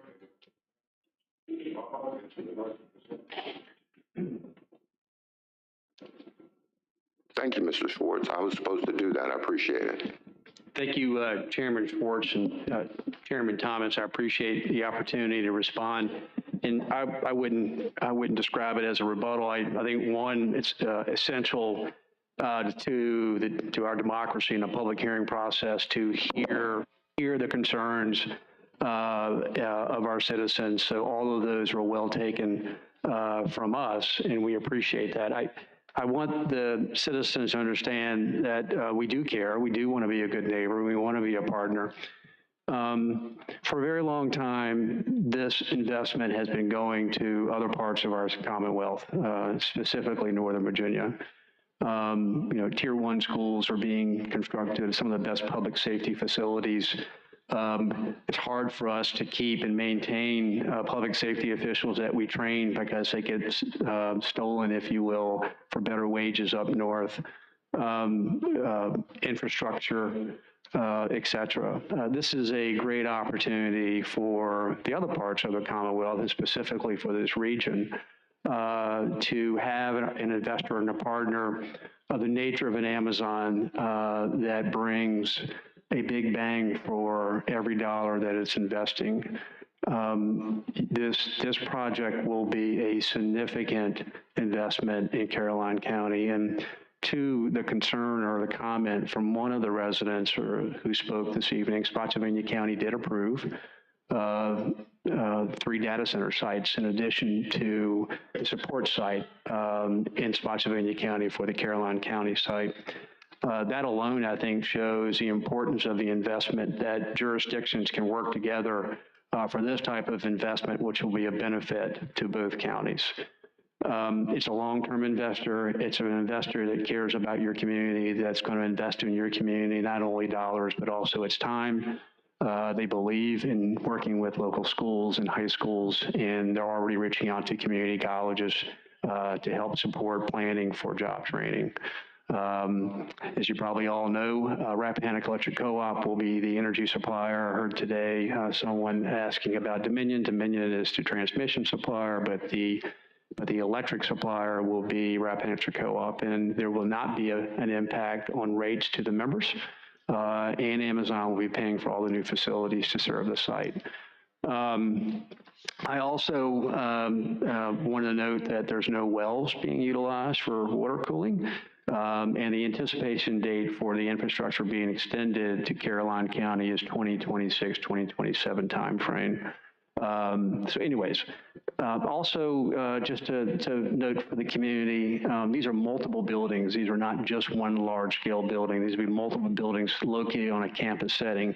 And the reason for sort of the new strategy on a campus setting is a lot of the facilities in Northern Virginia are very, very close to dense development, which has created its own sort of issues, but mostly being able to get electric infrastructure or expand electric infrastructure. So the great thing about this site is it sits on, well over 1,000+ acres. And there are huge, there's no other way to describe it, and some of the planning commissioners have been out there, transmission facilities. So the key is to locate very close to these transmission facilities, which means you need less electric infrastructure off-site. So I just want to share those comments with you and with the community, and I'm happy to answer any questions you may have.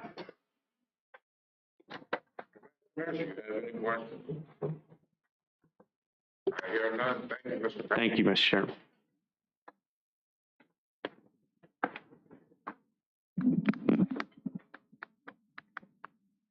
That one didn't like me. Now we've got it. Commissioners, do you have any questions of Mr. Hughes? I do have one. And maybe Mr. Payne can expand upon it if necessary. But during his presentation, he used the phrase conditional rezoning. And if you can expand upon that, and maybe Mr. Payne can expand on what could cause, what could go wrong, and we have the property rezoned to PERT and AWS pull out. In other words, what's going to kick off a conditional rezoning? So what the applicant has essentially proper conformance with the GDP. So if something was to happen and AWS chose not to develop the project, then someone would have to come back and do an amendment to the properties or rezone the property for another use. Or another data center company could come along, and if they purchase the property, it could develop in accordance with the approved GDP if the plan was approved. Thank you. I just wanted that out there for everyone to understand what that phrase means. Thank you, sir. Commissioners? It's time to make a decision. Motion. Mr. Weaver would like to make a motion. There's a lot of data here. All right. Could you speak into the mic? Is it working now? Yeah, it's working. Okay. There is a lot of data here to review, a lot of paperwork, a lot of information that's included in all of this. I would ask that at this particular stage, the commissioners would defer this until our next meeting. Mr. Weaver has made a motion to defer. Is there a second?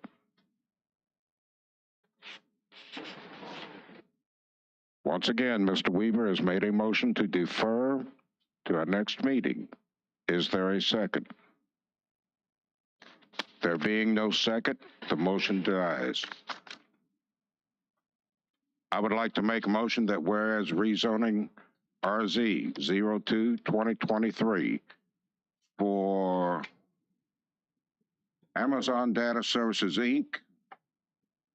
appears to be generally consistent with the goals and objectives of the comprehensive plan and future land use map. And whereas the public necessity, convenience, general welfare, and good zoning practices warrants the approval of this request, I recommend that RZ 02-2023 be forwarded to the Board of Supervisors with a recommendation of approval. I second.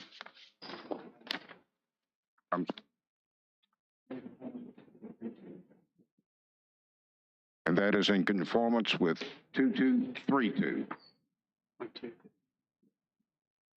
Hey, you're throwing too many numbers in on me now. You either going 15.2, 2232. Thank you, sir. Motion by the chair. Is there a second? I'll second it. Seconded by Mr. Weaver and Mr. Young. Any discussion? I will say this. I think all of us have visited that property. It is ripe for this type of business. In the long run, it is going to be good for the county as a whole. Some people are not going to be happy. We understand that. I would rather see a data center go on this property than homes. What the public needs to understand is that the Oric property is going to be sold. So let's put it to its best use for the county. And with that, I will call for the vote. All those in favor of recommending approval to the Board of Supervisors signify by saying aye. Aye. All those opposed, nay. The ayes have it. Motion carries 6-0. Thank you, Mr. Thomas. Thank you, Mr. Schwartz. If you would like to adjourn your meeting, you may do so now, or you can stay as the Board of Supervisors deliberates. It's your choice. I think we will close our meeting, sir. We have, under any and all matters, we will need a motion to cancel our October the 24th Thursday meeting, as there are no items on the agenda. Second.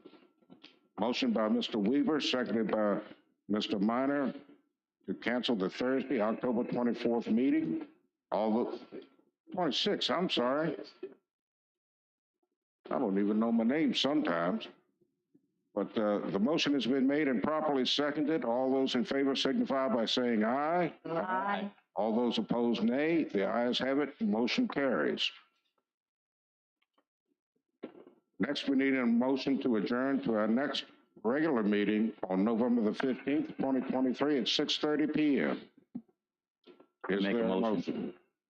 Make a motion that we adjourn until our next meeting in November. Motion by Mr. Young, seconded by Mr. Weaver. All those in favor signify by saying aye. Aye. All those opposed, nay. The ayes have it. Motion carries. This meeting is adjourned. I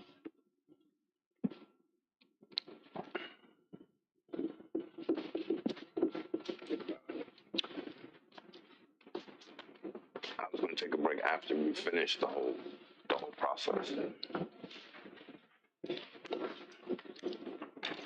Thank you again, Mr. Schwartz and the Planning Commission for your conducting this joint public hearing. We do appreciate your time and efforts.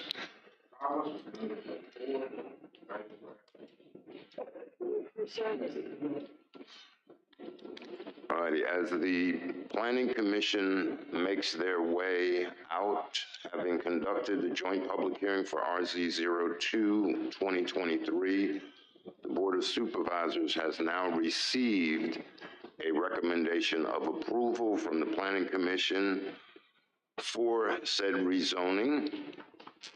I will ask at this time if board members have any questions of staff or the applicant. I'm going to start at the end. Mr. Forehand? Oh, I'm sorry. Let me start at the other end. You were first before. Mr. Underwood? Not this time, Mr. Chairman. Mrs. Long? I only have a technical question, and I don't think it really matters, but in our board packet, under the staff report, alternative standards, that second paragraph has multiple typos in it. I don't know if that's important when we file this to fix those, but I just wanted to bring it to the attention. I had dotted it, but I forgot to mention. What page? It is page 3. Under the second paragraph, under alternative standards. Page 3, Mr. Hughes and Mr. Pennington, under alternative standards, there appear to be a typo or two Mrs. Long has identified. If you would correct those before Where there we should file be it. capitals and there's not, and should be is instead of his, those type of little things. And she'll point those out to you. I think those can be corrected for clarification, but I just want to point out that those aren't, that's the staff report, and that's not part of their proffered statement or their narrative. So it wouldn't be something that would be part of the actual rezoning. So I just wanted to bring it to their attention while I was thinking of it, and I said, I don't know if this is important, and so you've clarified it's not, except for our records. Thank you.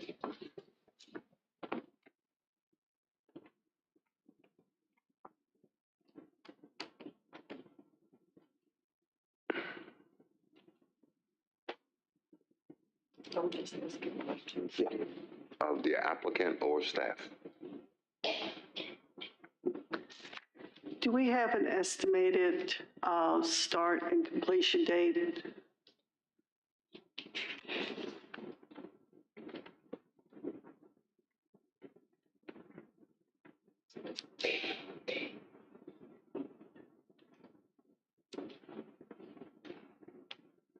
Thank you, Ms. Long. I just wanted to confirm. The first shell should be completed by 2027. A lot of permitting to go through. And the, my original question about what the plan would be to maintain the natural buffer. Yeah, it was a good question, and I think the answer is in the proffers. So the proffers, we refer to the GDP, which shows our buffer area. If that buffer area is disturbed or significantly disturbed, we would have to maintain it. So the proffers with the GDP govern the enforcement of us ensuring that that screening's in place, that buffering's in place. Okay, thank you. Thank you. I just know there's a lot of emotion involved with that piece of property. But after talking to some of the, to one of the heirs of the property, they said, it's going to be sold, it needs to be sold. I'd love it to stay for a farm forever, but that's not what's going to happen. And I'd much rather see it benefit the county than be subdivided up into a bunch of houses. And I think I feel his sentiment there. So thank you, sir. Thank you, Mrs. Long. Mr. Seeley? Yes, sir, thank you. Mr. Payne, Yes, sir. can we start with accessory uses under proper analysis C? Can you read item I? What page is that on? Page 5. Are you looking at our proffer statement? I'm Looking sorry. at the proffer statement, Right, correct? so under accessory uses, you want me to list the accessory I uses? just want to talk about I first. Okay. So for the audience, if you'd read that. Are we talking about on-site ancillary electric utility facilities, including all electric generation? Correct. Uh-huh. What does that mean? Generators only. You see the parenthetical? Well, I saw generators only, but I'm making sure because in your presentation, you showed solar panels in a field. There should not be any solar panels on the field. That is not part of our plan. I think that was part of what AWS is doing for purposes of trying to go 100% renewable. But that's not on our project. You can see that too. I just saw this and I saw the parenthetical generators only. Right. And I'll tell you why I made that a note when we get further, because there's some other things that, I'm just going through the list. Sure. Office and general office and general office and storage. Can you tell me what that is? Because one of the gentlemen just told us that offices are 14 times more traffic than a data center. So I'm kind of curious. Yeah, so obviously it's under the accessory uses, it's not a permitted use. And what it is basically because, as staff had noted earlier, the data center operational areas are just all data center operation.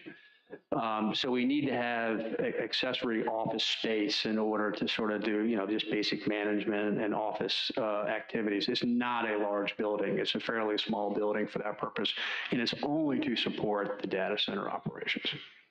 Because it's, in my estimation in writing requirements, that's not what that says. And I was just looking for something that was more definitive on what that would be. Right. Because it leaves it wide open for an office park. Right. Well, it can't be because it can't be, we've only proffered two basic permitted uses, and that is a data center and the electric facilities that support it.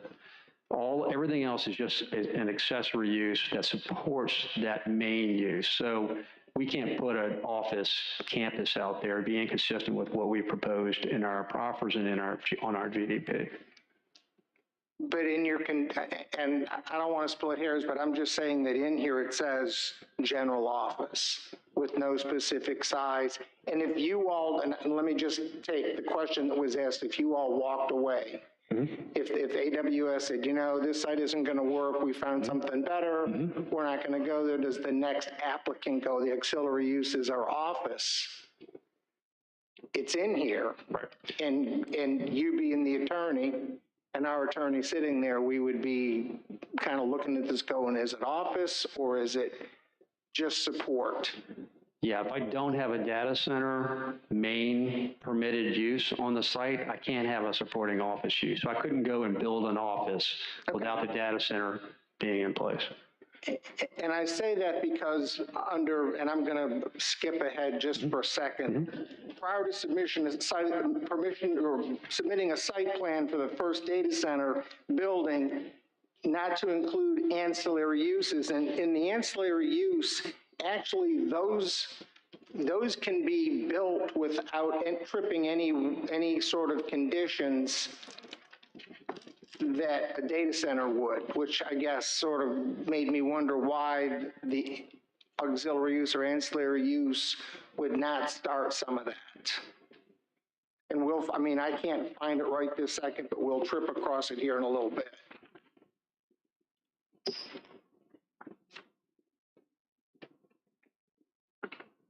And the logistics and maintenance facility. So you have office, general office and storage, and then logistics and maintenance facility. What's the difference?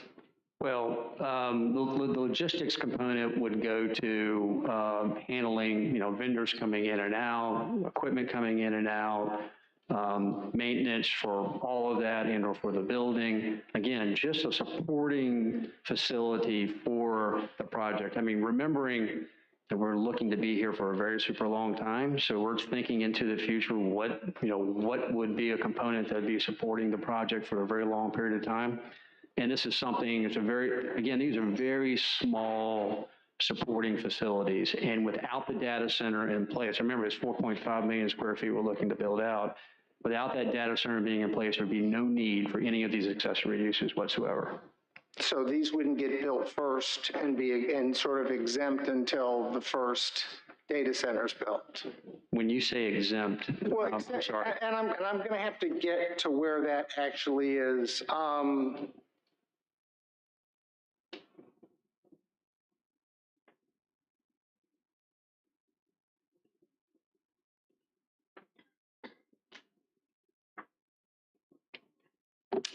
I guess the TIA improvements after the final inspection and prior to receiving a certification of occupancy permit for the first data center not to include ancillary uses. So the ancillary uses could be built, but they don't trip anything for the TIA. Yeah, well, if the data center, like I said, if the data center is not in place, wouldn't be generating a whole lot of traffic anyways, unless it's construction traffic that's supporting the data center.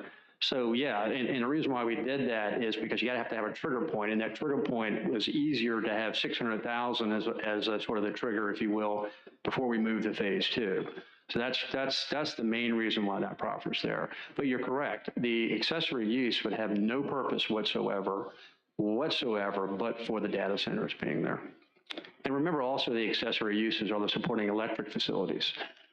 So they may very likely be constructed first before the data center is completed. So you have the infrastructure already in place when the data center shell is substantial. You're about the power actual. Right. And distribution facility. Right. But so what is, and this just steps down into something else as we go through these fleet vehicle maintenance. Nowhere did I see there was a fleet of vehicles. We're talking 6 to 12 vehicles maybe, and remember the site is very big. Okay. So we'll be driving, from one end of the site to the other, maintaining, the employees will be maintaining the facilities, be carrying, taking equipment to different places, maybe escorting vendors through the site. So yeah, we're talking 6 to 12 cars at max. And so a repair facility. Right. That would be for the vehicles that stay on site. See, I was hoping that some of this would get pushed off the site and would go to outside entities that weren't here, because we all talk about how much local revenue this generates, but we don't generate it if we're trying to do everything on site. I guess that's my view on that. Yeah, well, I think if you, one, this is intended to be a large self-contained campus, right? But two, if you look at the economic development numbers, the ripple effect from that development is we are attracting businesses from the outside, because we can't employ all the folks who are working on the IT. We can't employ all the folks who need to work with our HVAC systems. We can't employ all the folks that help us maintain the grounds. We can't employ all the people on site who would have to be working for our security system. I mean, these are outside vendors that will be playing a role in helping us operate the facility. What you're seeing here, these are just really, really small components that provide support to the campus. We're not trying to take jobs away from any other sector of the county or of the area. These are just to help self-contain the campus. See, but along with those jobs, I was hoping that these would be also off-boarded, not done there, just by virtue of what they were, since you're off-boarding all those others. I was just hoping these were being off-boarded.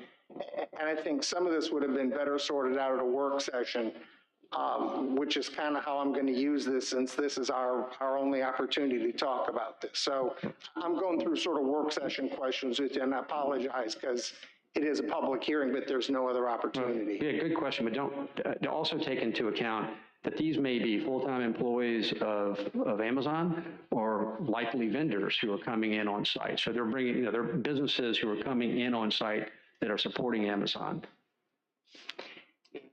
Can you read on the next page, item number 8, Roman numeral 8? It's on page 6, it's the very next page. Proffer, still on the proffer document. Page 6 of the proffer document.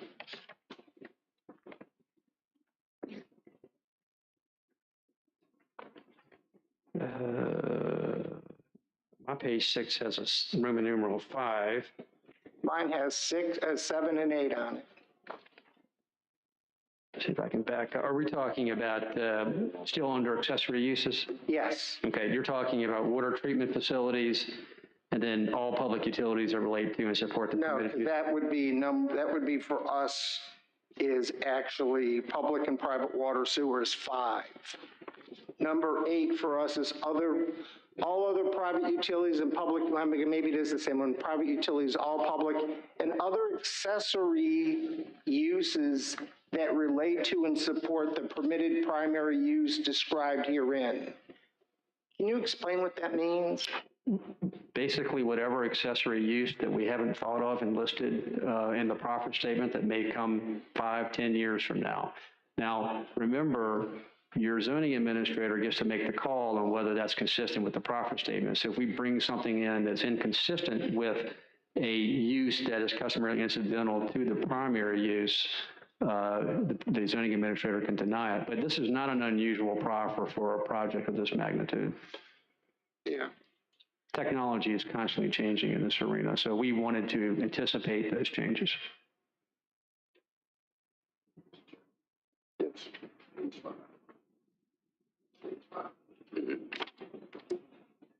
If you want, go ahead, Mr. Underwood. If you No, he's trying to get Okay. Mrs. Long on the right page.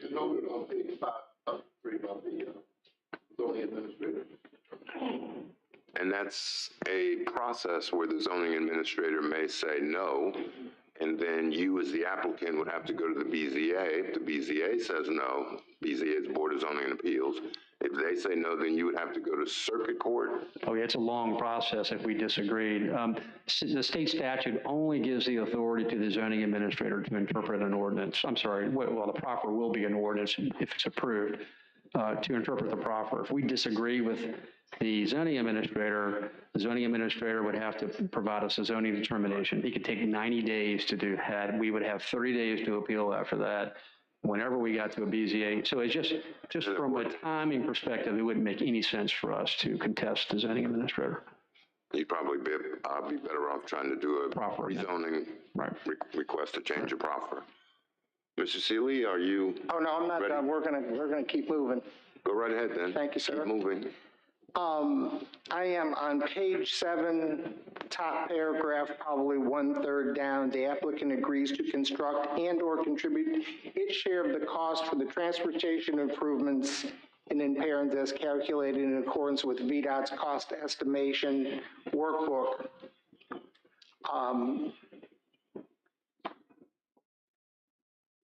So in your presentation, I thought you all said you would take care of all those, but in the proffers, it actually says that VDOT's going to estimate, and it sounds like we could have a portion of that cost as a county. No. So how it works is before we get to phase 2, we finished phase 1, 600,000 square feet. Before we could go to 601,000 square feet, we've got to perform a transportation impact analysis that projects what our impact's going to be on the remaining 3.9 million square feet. That scoping agreement is done in accordance with the county and VDOT. It's not unilateral, so the county and VDOT have to approve that scoping agreement. Whatever the determination is of that TIA, we have to implement.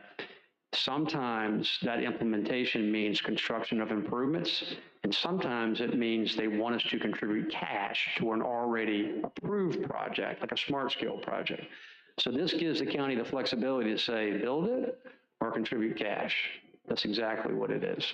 There's no requirement whatsoever from VDOT or the county to contribute.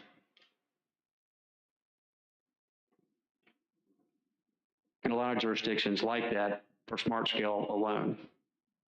And it could be a project that we may have a sort of outer circle impact on, that the county may desire that we put cash towards, like a Ladysmith interchange, for example, something of that nature.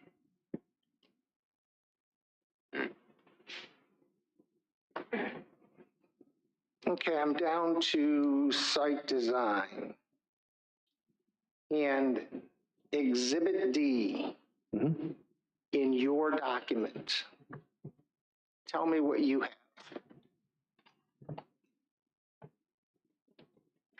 Do you have the, excuse me, Mr. Seeley. That's fine. Pull it out of my book. I'm going to tell you, I've spent hours in this, and this should have been given to us with a couple of weeks to read.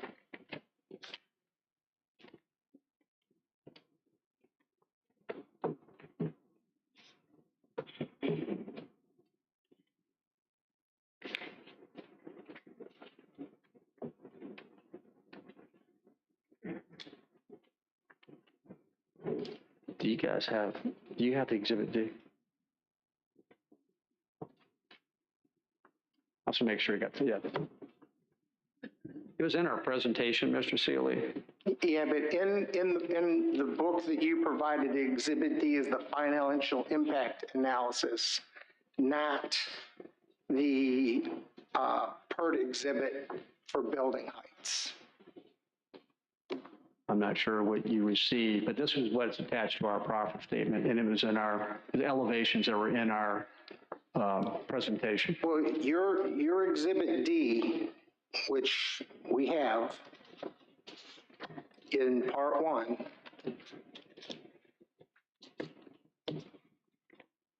is the financial impact statement. And you refer to that and say that shall control and be considered as an alternate development standard from the PERT.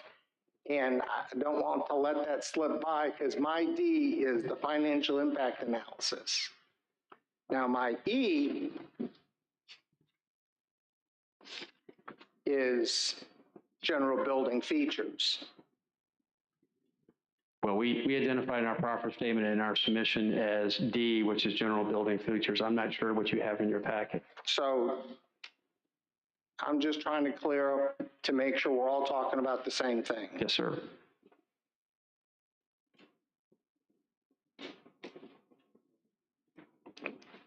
So is that our document or your document?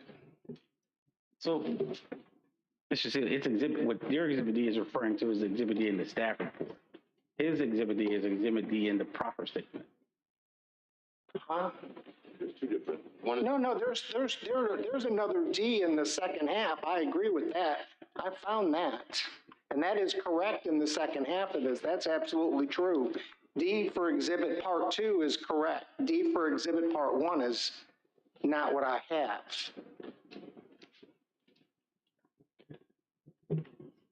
The Exhibit D that's attached to our profit statement is what we presented in our presentation this evening. And my only issue with Exhibit D is there's not a single written requirement for this. And I can't really read the numbers that are on this that are in here. So I'd like to have seen the written requirements that follow the building height, all those things that go with this. Well, we've proffered building heights in our proffer statement. We've also proffered materials. So where are those written at?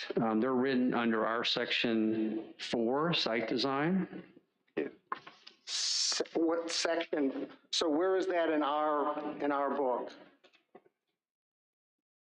If you have the proffer statement, it should. So is that Part 2 of this? No, it was in the first part. We actually went through that before. It's page, Well, we haven't been through page the 4. height. Page 4. It's right. It's when he was talking about a substitution. That's what led to that part of the Well, conversation. page 4 doesn't have any heights in it. Page 4 has secondary materials, which is what you were talking about. No, I'm talking about actual D is the actual building, the actual elevations of the building is what D is, or E in our book. E is the elevations of the building, and it has all the heights delineated by the views. So we don't have anything other than that. So, Mr. Seeley, Appendix B in your packet is your proffer statement. Appendix B is the proffer statement with exhibits and generalized development plan. Appendix, is that Part 2? It's titled Appendix B. Right. In your packet. And in that, it has And in that exhibit. packet, Okay, somebody needs to show me Appendix B then, because I don't see I see Exhibit A, I see Exhibit D, I see, I marked everything, A2 part, let me go to Part 2 and go to B and see what that says. A2, Part 2, Addendum, Part 2 should say Appendix B, proper statement with exhibits and the general development plan. then that's not in our book. Then that's not here. I've got it electronically, Ms. Long's got But it. I don't have it in my book. Ms. Long's got it. Show me the pages, 'cause I want to see what's in here. We just read from what you're saying. Yes, sir. We get a recess in just a few minutes, please. I thought we were going to recess shortly, but if you would like Let's do to. that so I can see if I can figure out this book. Sure, that's a good idea. 15 minutes? Sure. All right, board will take a 15-minute recess. It's 8:05. We should return at 8:20.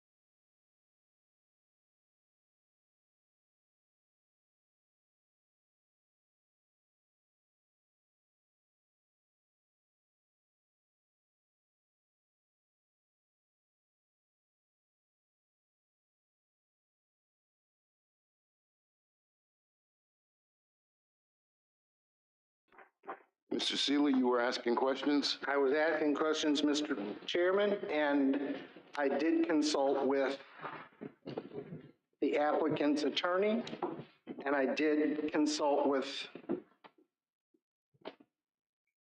our staff. And I'm going to tell you that I did a lot of reading on a whole section on a staff report. It's got all kinds of questions riddled through it that don't match up with the applicant's application. So it's hard for me to ascertain what is and isn't at this point. So I'm going to move on to the drawings. Mr. Payne, on sheet 9 of 12. GDP you're talking about? The GDP, whatever you call.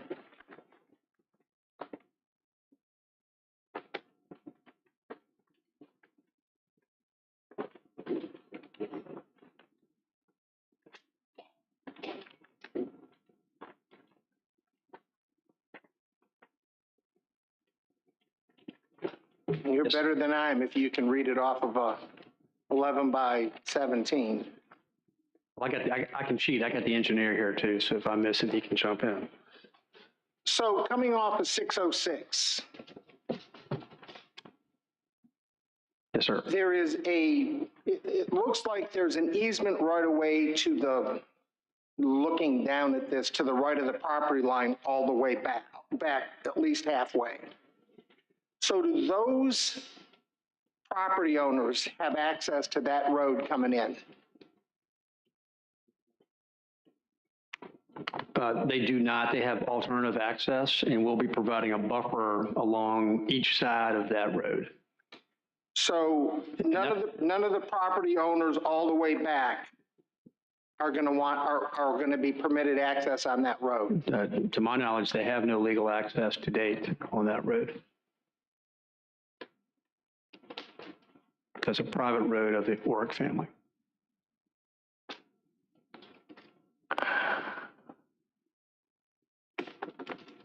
On this GDP, you show a fencing that goes around with, I couldn't decide what these were, but you have since described them as the 2 data centers. It looks like you have fencing down the emergency access. Is that true? In sheet 8 or 7, it looks like that's fencing all the way down that. There should not be fencing around. I don't think it is fencing that's around the emergency access route. There's fencing only around the substation, each substation, and around each data center facility. As you may recall, the PERT requires us to leave enough open space for wildlife to be able to traverse through the site. So, we've got a large open space area here, but the fencing is mainly around those facilities. It's not around a road.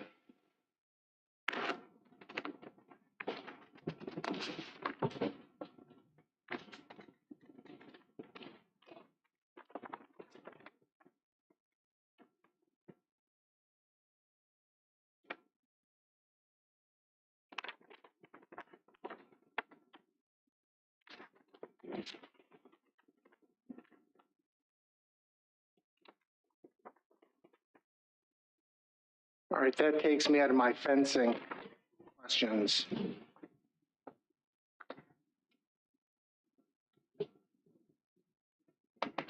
On the,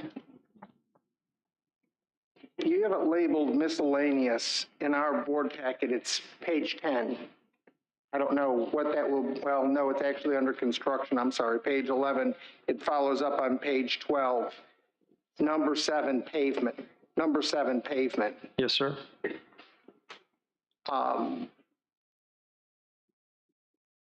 It must be repaired by the applicant. There's no distances in this. How far, what is the responsibility of Amazon for what distance on either side of that driveway?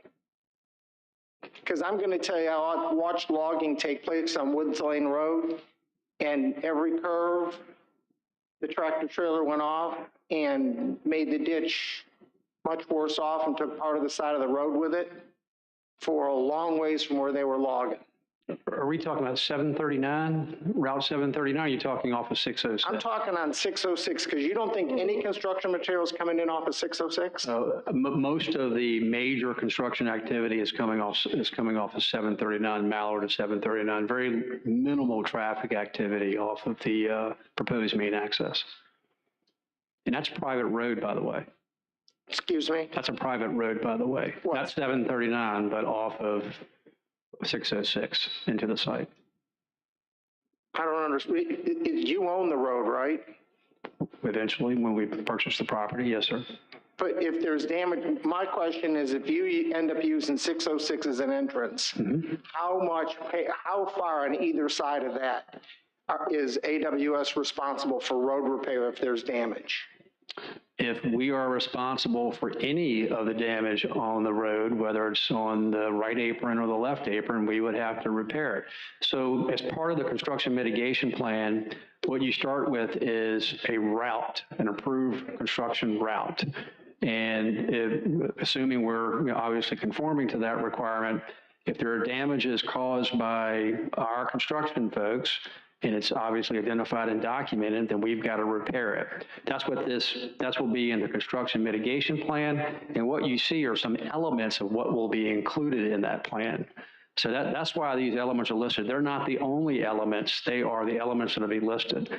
Also remember the RCAA, which is basically a road condition assessment analysis that will be done before we put a shovel in the ground. So you can't issue me a land disturbance permit until that study's done and until we've made improvements to the construction route to the site. So if there's a road compaction issue, if there's a shoulder issue, if there needs to be traffic controls, whatever the case may be, that's got to be done first before we can get into the site. Do we have the construction route? Was that ever sent to us? What the construction route will be? That final route gets determined before site plan approval. So we don't know what, that's why I'm worried about 606, because I don't know of any other way. I mean, I know Oric Road is there, and until you said that tonight, I had no concept that that's what was going to be actually used primarily. Oric Road will be used primarily, correct. That's going to be obviously off of Mallard and Spotsylvania and coming into the site. And we'll be vacating the public road component in Caroline because there's really no need for it because it's basically there just to serve us. It'll be private. But there are some users in Spotsylvania County along 739. That road too will be part of an RCAA assessment and analysis before, and we're proffering to pave it and to widen it to 30 feet. So that road will be improved.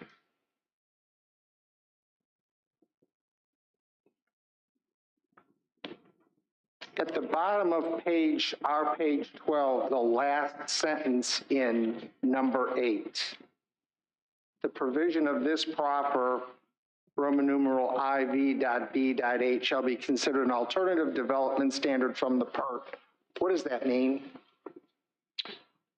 So the what we're saying here is that the project, we want to be able to continue to clear and construct improvements on the project. We want to make it clear that 50% limitation is for the entire project, not just for one small area. That's why it's there. Otherwise, we'd be hindered in our construction phasing. Does that say that you can't disturb more than 50% of the site? No, it does not. It says we're limited to no more than 50%. I guess I don't understand what you just said then, because to me, the site's 900 and whatever acres. Well, we want to make sure it's clear that, and there not be a conflict with the PERT, that if, well, it's not 900 or so acres that are being developed, right? We do have some buffer areas, we have some open space areas, et cetera. But we want to be able to clear, grade, start making improvements and phasing that fairly quickly.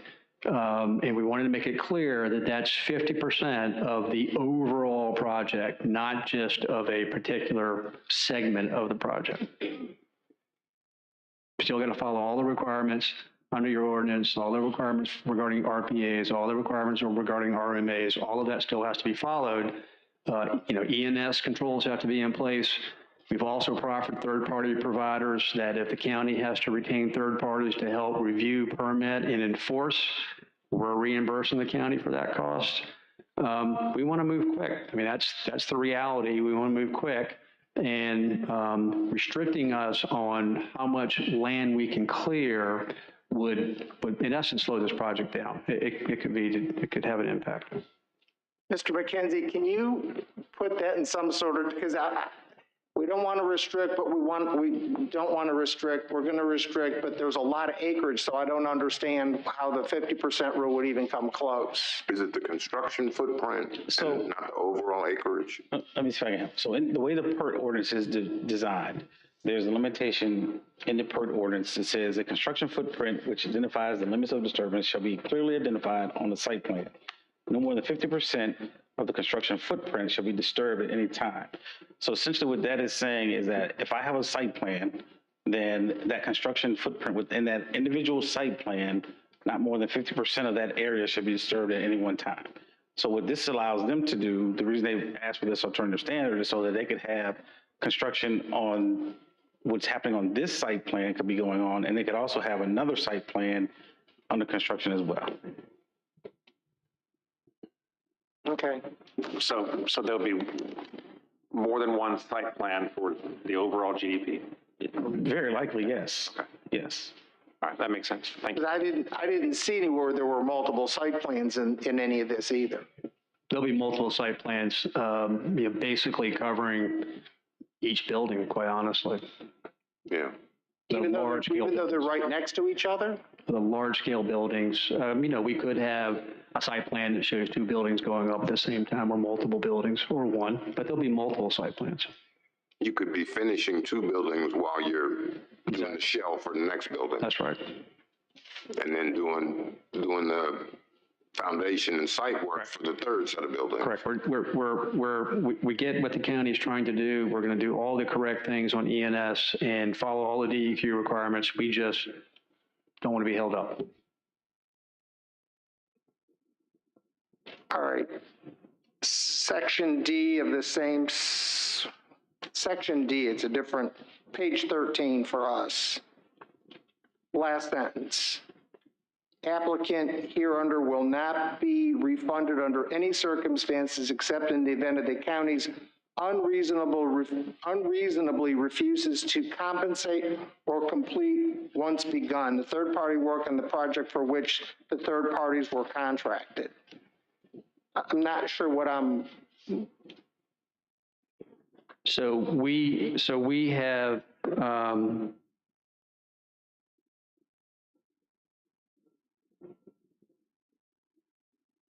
yeah, so if we've been asked to reimburse, let's say that you have an estimate for what your cost is going to be and you've asked us to reimburse you for it, but you don't start the work or don't do the work, then we want our money back.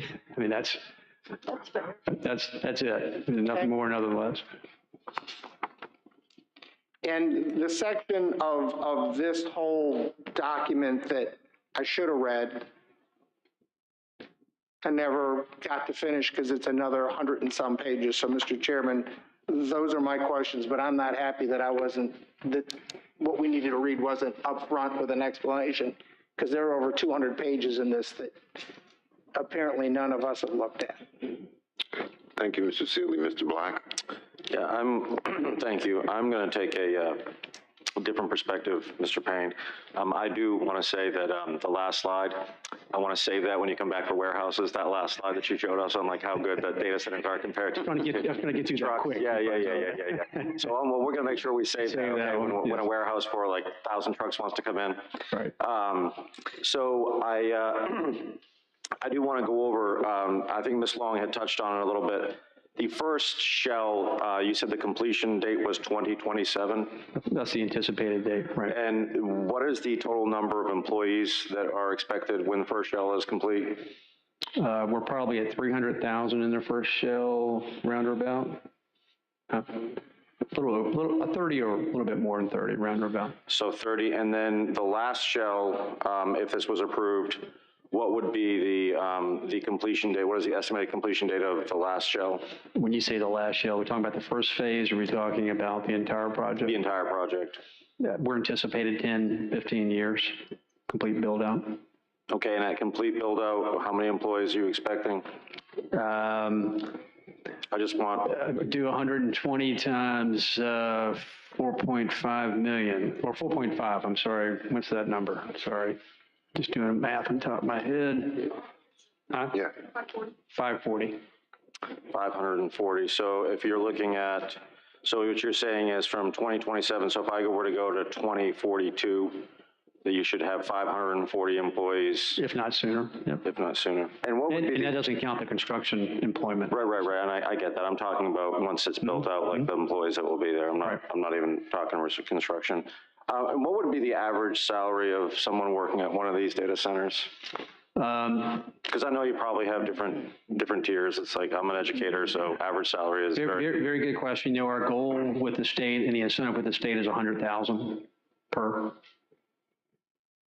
Of course, that will vary depending on. So you're talking 500, so in 20, I mean, I'm sure that'll change with inflation, but you're talking in 2042, 540 employees with an average salary of $100,000. That's the incentive from the state. You know, like I said, it may be a little less on site. Okay. You know, of course, you know, the incentive is only for 1,000 employees. Right. Okay. Mr. Cully, I don't know if we can talk about this or it's allowed, but after the first shell, what is the expected revenue if this were to pass? What would be the expected county revenue? Is that, I know that's been closed session material for a while, and I don't know, I mean, we're at a public hearing now, so I would imagine that everything's kind of wide open at this point. I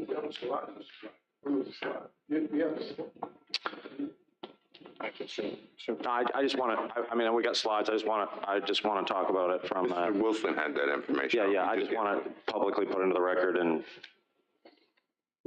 If you do 2 shells, we anticipate, in 27, obviously, you won't really have any personal property. You'll just have real estate on that first shell. So it's not a lot of 146,000. And by the time you net that, that's a Caroline revenue. And this is broken down on our anticipated breakdown. But 28, the Caroline revenue jumps to 997, and 29 to 1,000,007, and 30 to 1,000,009.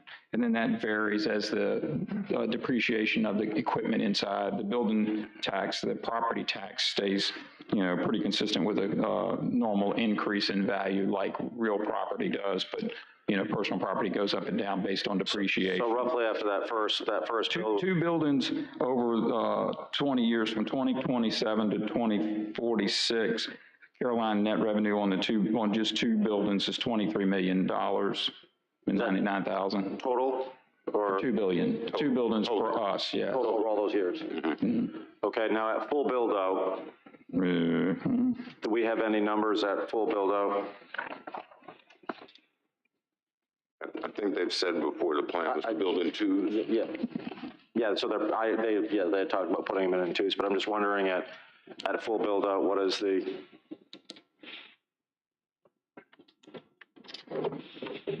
Depending on, this is estimating 20 shells. I don't know if they're going that far, but full build out on 20 shells is 349,751,000 Caroline share.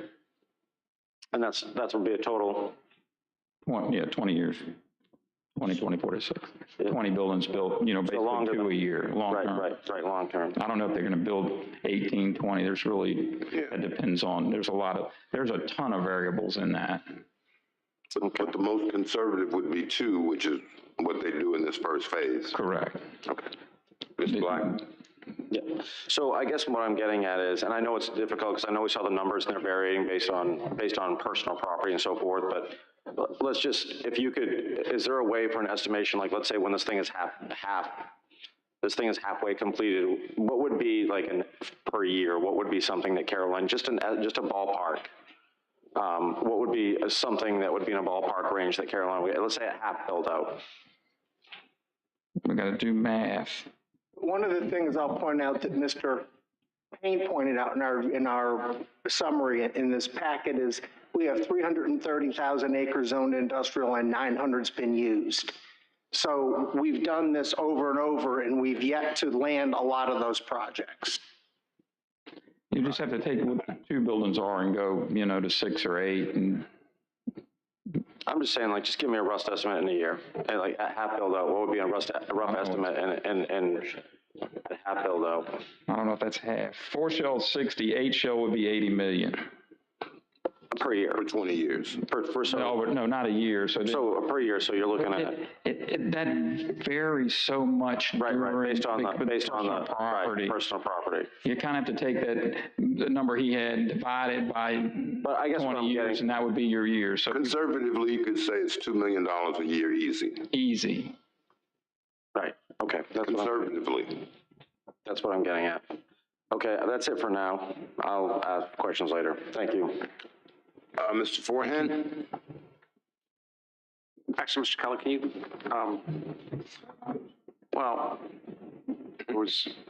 we've been working on this for 3 years and I've yet to hear a 2-to-1 grant that was spoken about. That's in the state legislation. Okay. And we're covering all of that in our performance agreement. Okay. On the infrastructure costs. Okay. So that was required by the state. Is that a better way to say that? Okay. Right? Are we writing any checks as a county to get this started? No, all of ours would be reimbursement under the performance agreement. So once things are billed and taxed, then it would be reimbursement through the EDA. But that's all, that performance agreement stuff is not finished yet. But that's not a check we're writing. No, that's a reimbursement. Reimbursement of revenue that we've collected. Other Correct. entities. Correct. And actually, we'll be making money because building permits want to build in that size, pretty good, to the building department. So we'd be making revenue, not We're not seeking financing. We're not writing any check. Like no. Partnering with anybody like Spotsylvania did for the Kalahari. We're not doing anything like that. No, and Spotsy's responsible for all the utilities. Okay. Mr. Payne, another question was supplemental power from generators for hot summer days. Heard that comment. We would only use the generators if the power went out. That would be the only reason to use it. And just roll back to one thing, following up Mr. Cully, the tax revenue that's generated today on all 961 acres is $9,000 a year. Okay. No, I've never seen a generator that had a transfer switch and then there was an extra line that came out for just in case we need to run it to run some fans. Right. But yeah. Okay. See if I have any other questions. And just for clarification, this is a 3.7 billion with the B investment in Caroline County anticipated. Full build out. Every shell's about $1 billion. Every shell's about $1 billion. So it's basically $4 billion for every 1 million square feet. So 4 billion times 4.5 million square feet is almost 20 billion. 18. Okay. I should have written it down. What was the per million square feet again? 4.5 million square feet. No, I'm sorry, the per. Typically, it's a every million square feet is a $4 billion investment. Every 250,000 square feet is $1 billion. Okay. Equipment and real estate improvements. All right. So that's your baseline. As Mr. Cully noted, you do have a depreciation, but the great thing about this industry is they reinvest quickly in personal property. So every 5 years, you sort of have this component. Okay. And that's it. Thank you, Mr. Forehand. Just a couple, Mr. Payne. You just said $9,000 a year was the tax being paid on the property? Today, all that land's basically in land use. Oh, it's in land use. Mm-hmm. So once we do the rezoning, it'll be rezoned industrial, and so tax revenue will be Do you know, or? I don't know the number, but day one, you got to pay, we would have to pay the rollback taxes. or The seller pays the rollback taxes, and then the county commissioner of revenue will reassess it based on the industrial usage, and it will have a tax increase, obviously. So what that number is, I'm not sure. I don't know if the county staff is running it. Yeah, I didn't ask anybody for that, and It'll be much higher than 9,000 a year, I can promise you. we'll probably get a check for $9,000 to start, just when we start thinking about the reassessment. All right, that's what I wanted to make. The project has no incentives or rebates from the county. Correct. Which is what you said to Mr. Forehand. A couple of other things we didn't finish. Mrs. Long asked about tire storage, and you're going to tell us there aren't going to be any tires stored there ever. Maybe 6 or 12 vehicles will be there at the most, and I was just told there will not be any maintenance performed on site. We'll be doing that all off site, to Mr. Seeley's question. Okay, so we don't have to worry about tire storage? Correct.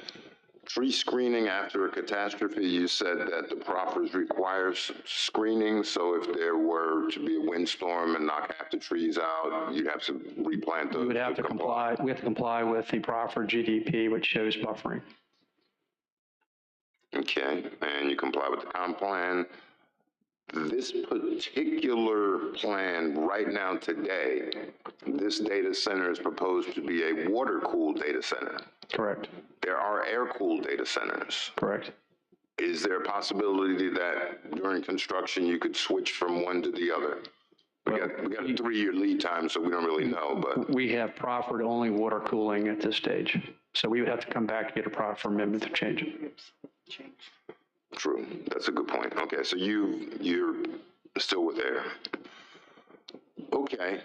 A couple other well, we'll just save those for later. All right, that's all the questions I have. If there's no more questions, Mrs. Long, this is in the district that you represent, so I'll let you have the last word if you'd like. Well, as I said before, this is a beautiful piece of property. And do I see some Orc family down there? No? Okay. I just saw some dark-haired guys down there, and I thought maybe it was somebody from the Orc family. But I did talk to one of the members, and as I said, they felt that they would rather see it go to a good use that would benefit everyone in Caroline than to be chopped up into a subdivision, because it is going to be sold. So they felt this was the best use for it. And it would be my motion that we go ahead and I guess it would be RZ 022023. Is that correct? That's correct. DS Real Estate Holdings, that we would go ahead and approve this project as presented with all the proffers and conditions for rezoning. All right, thank you, Mrs. Long. Is there a second to Ms. Long's motion? Second. Okay, the motion's made by Ms. Long, seconded by Mr. Underwood to approve RZ 02-2023. Discussion on the motion. Mr. Chairman, I'm just very disappointed that I spent a lot of time reading something, and not that the points that I've brought out aren't applicable, but I would like to have read the final proffer statement by the actual developer and made sure everything was correct, because what I see in ours, we've got formatting errors in ours that would actually be notes, and I will take that up with Mr. Cully. There are things in here that should have been caught that weren't, that I read and found, and I don't know how that reflects in the rest of the document that was given to us and that we're actually approving tonight. So I have some concerns that we as a board haven't read everything and don't understand everything that's actually in here. Any other discussion on the motion? Yeah, Mr. Chairman. Anytime there's a major vote, I always like to kind of explain why I'm voting a certain way, and I will be voting yes on this project. Mr. Underwood alluded to, I don't know, was it 3 years ago? We went to Spotsylvania to start talking about this project. At that time, he was chair of the supervisors and I was vice chair. And there's been a lot about this project that has been hush-hush and had to be quiet because confidentiality agreements and so forth, that we couldn't talk about it. But this has been something that is not just popped up in 6 months or a year.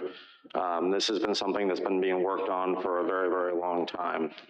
And one of the things that you hear at budget time is we need revenue. And this will be a revenue generator. I hear people all the time, we need money for playgrounds, we need money for schools, we need money for this, we need money for teacher pay raises. Well, there's only two ways to get the money. Either we bring in business or we continue to increase taxes on the citizens, which I don't think the citizens really want to keep on bearing the brunt of that. So if we're going to stay competitive with other jurisdictions, we have to figure out a way to bring in things. I find it sometimes a little bit ironic because I do want to reiterate what Ms. Long said. There's always like NIMBY, not in my backyard syndrome. And I think this is a kind of a perfect location for it. There's probably going to be data centers that come in front of us that I will say, hey, look, I don't think this is the proper location for it. But as far as this location, I don't know if we could find a better location in Caroline for one of these. I think this is kind of an ideal situation. So anytime we take a vote on something like this, yes, it is a gamble. Do I have a crystal ball and do I know that this is going to 100% turn out the way I want it? I don't know. I'm going on with the information that we've been working with, from our financial consultant to our attorney to working with Spotsy over the last 3 years. That's the information that we have in front of us.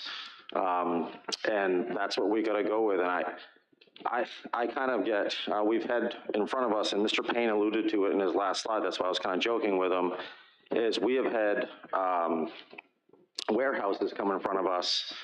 And I have been kind of opposed to some of those because when you start talking about the amount of trucks that you're putting on a road, there was almost one that went into the Ladysmith area, the Flint wanted to do a second one, and I just couldn't even imagine having hundreds and hundreds and hundreds of trucks.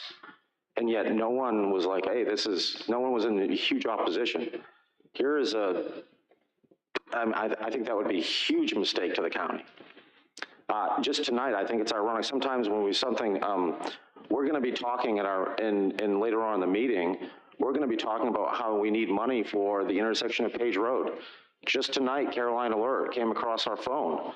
There's been an accident on Page Road and Route 1 again. And we're going to be talking about transportation priorities. Like the state is moving towards, with transportation, the state is moving towards, we got to put money up for these projects. Like they're not going to fund it for us for free. And right now, we don't have a lot of money for that. We have to make decisions. Like we had to make a decision: do we pay for pipes underground because the subdivisions are starting to get bigger, or do we pay for road projects? We don't have a lot of money for road projects. The Spotsylvanias and the Staffords and other locations have. We don't, and there's a need there. And tonight it popped up once again. We have an accident right there on Page Road and Route 1. Where does that money come from? So with all those factors, I mean, is it a tough decision? Yes. Do I empathize with people that, have concerns? Absolutely.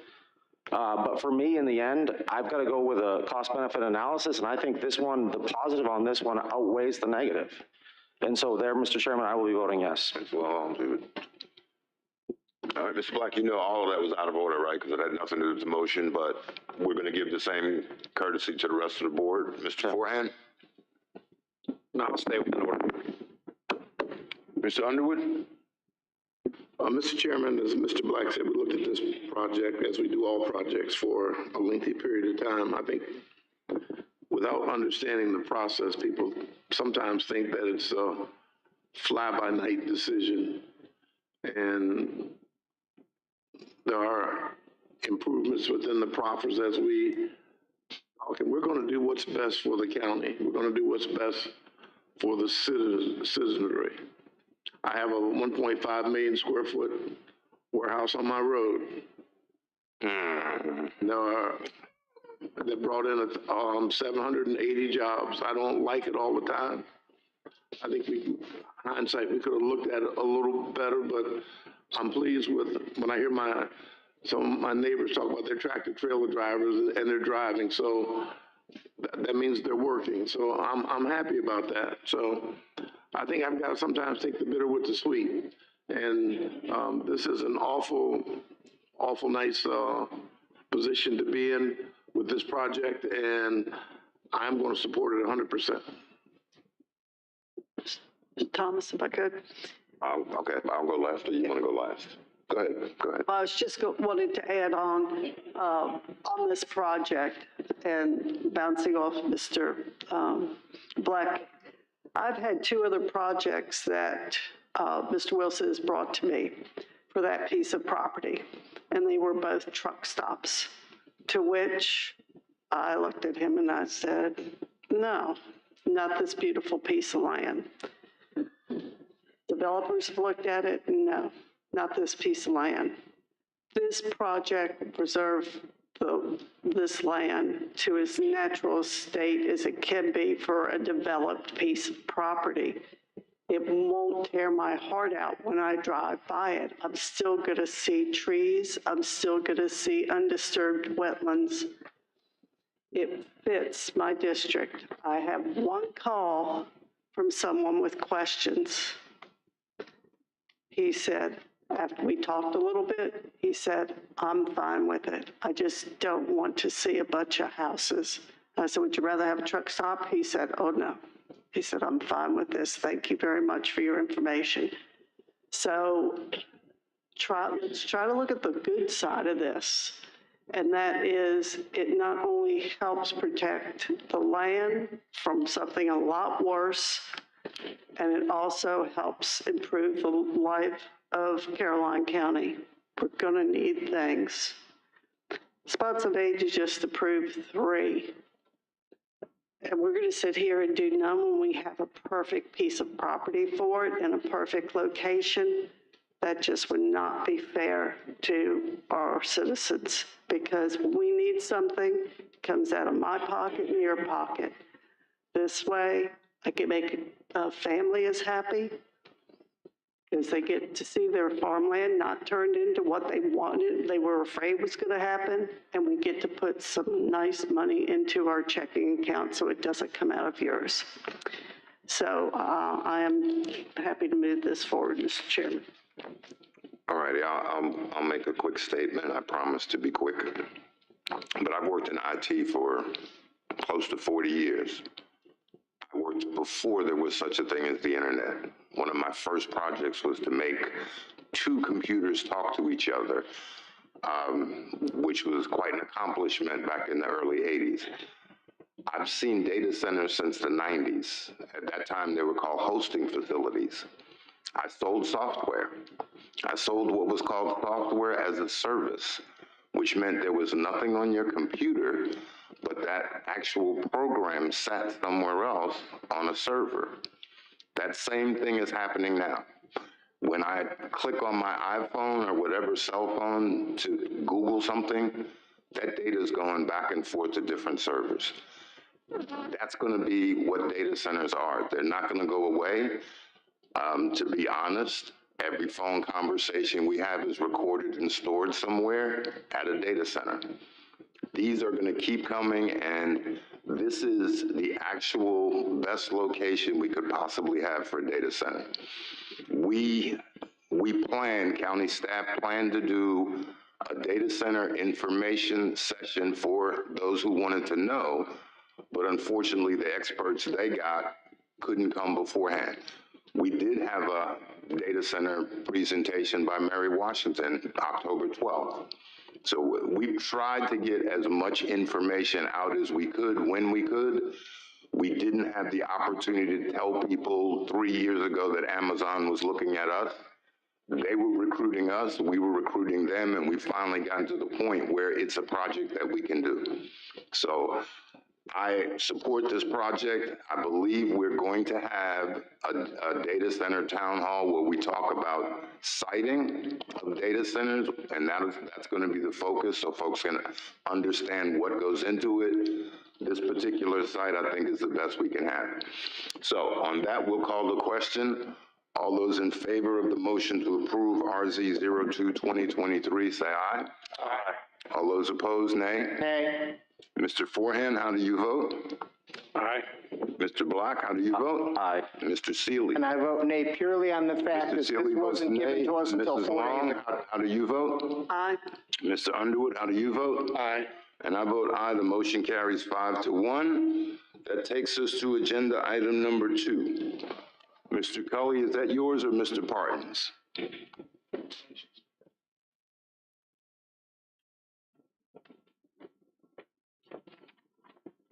Mr. Chairman, we would, staff would actually ask that we remove this item from the agenda tonight. We'd hoped to get it ready. It was ambitious and hope we could pull it off, but we weren't able to do that. So we would ask that it be removed tonight. Thank you very much. Yes, sir.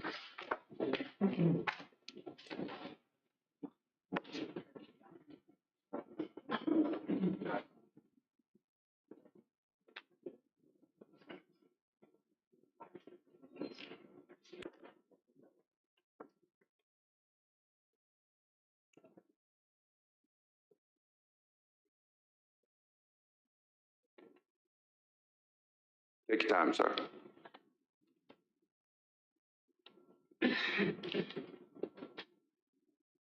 All right, Mr. Hughes, are you going to try to do special events one more time?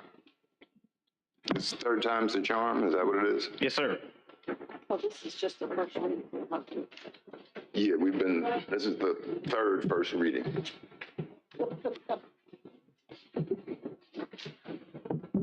So, Mr. Chair, members of the board, this is the first reading or continued first reading of the draft ordinance for festivals and special events to repeal and replace Chapter 49 of the County Code. The current ordinance festivals is included in your packet for reference and is the proposed ordinance festivals and events. Staff has been working on the draft amendment to address concerns raised by the board when it first was presented. In your packet, the original festivals ordinance is there, and that ordinance was drafted and mainly addressed music events.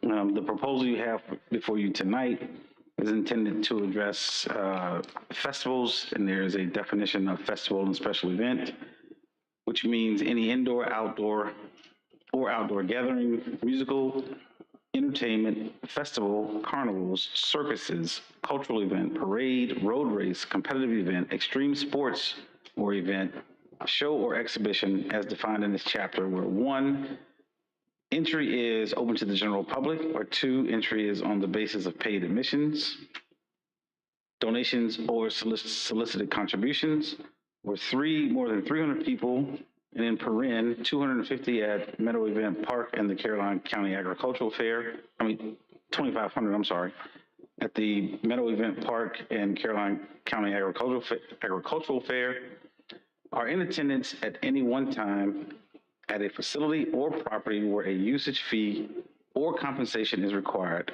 or any event that alcohol will be served or available for purchase. Then it goes on to further define what a single event is, a multiple event, the board, and so on. And so the idea here is that this ordinance would allow someone who had an idea for an event, a car show, let's say they want to do a car show, they could come to the county, ask for a permit. There is a application process that we have devised that makes it relatively a quick process that they could apply for the permit, and then the board, it would go to before that, it would be reviewed by a review committee, which would include the sheriff, the fire chief, the health department, the zoning department, and then it would ultimately come to the board for approval. So that's it in a nutshell without going through every single item. This ordinance does address concerns that you all raised before, which I think Mr. Forehand raised one about churches and revivals. There's a provision in here that speaks to those types of events, provides an exception for those, provides an exception for county events. It has an application requirement where they would have to submit plans and excuse me.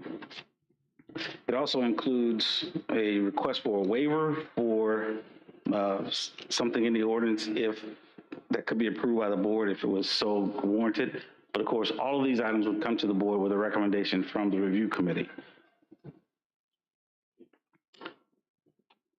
Also, there was a concern about this being an administrative approval. The way this ordinance is set up, it would essentially have a review by administrative staff with a recommendation that will come to the board. It would essentially be a consent item. If the board had concerns about a particular event and wanted to pull it off the consent, they could do so. But ultimately, it's designed that if it makes it to the consent agenda, then it would have the endorsement from the review committee, which are those necessary individuals to make sure that life, safety, and welfare are taken care of. So I'd be happy to answer any questions if you have any. Mr. Farham, is that you? Yes, sir. I believe you've been to like a Ruetan shrimp feast or a steak feast.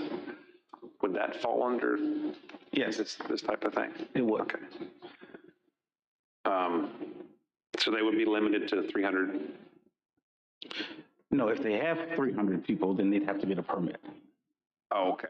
So if they had tickets, 200 tickets or so, they could just have it at their own location and.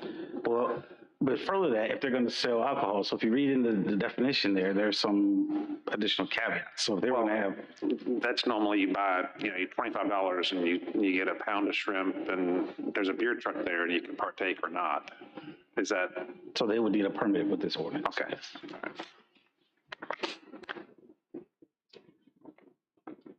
You said 2,500 people for the county fair.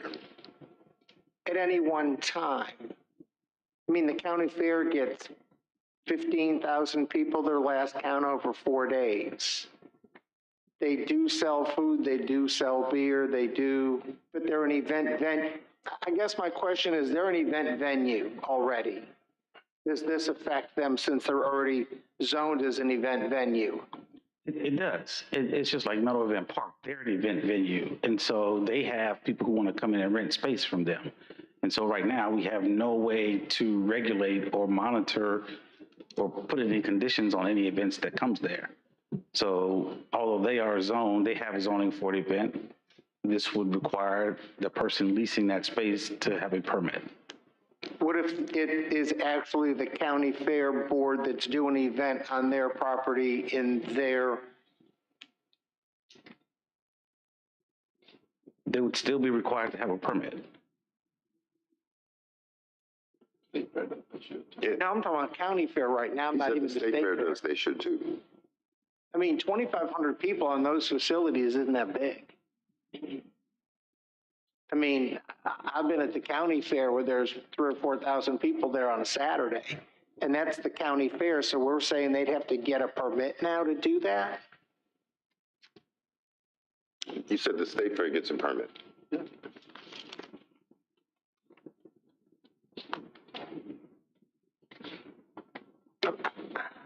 I thought, so the event venues that we've approved have no standing in any of this. So that event venue really doesn't mean anything anymore because they've been through a special exception process to do this, and we're saying now anybody can do it. No. So the event venues that you approved before, that definition is for wedding events. That speaks to wedding venues. That is the definition of our current special events. So all of those folks have come in through and been given the authority to host weddings on their property. So that's why in the last couple weeks that came through, there was a question about removing the no ticketed events standard that had been in so many of those. That's why that condition was removed, because we knew this ordinance was coming along. And if they have an event facility that doesn't have a prohibition against them doing a special event, if there's not something in the condition in their special exception, then they could ask for a permit like anyone else.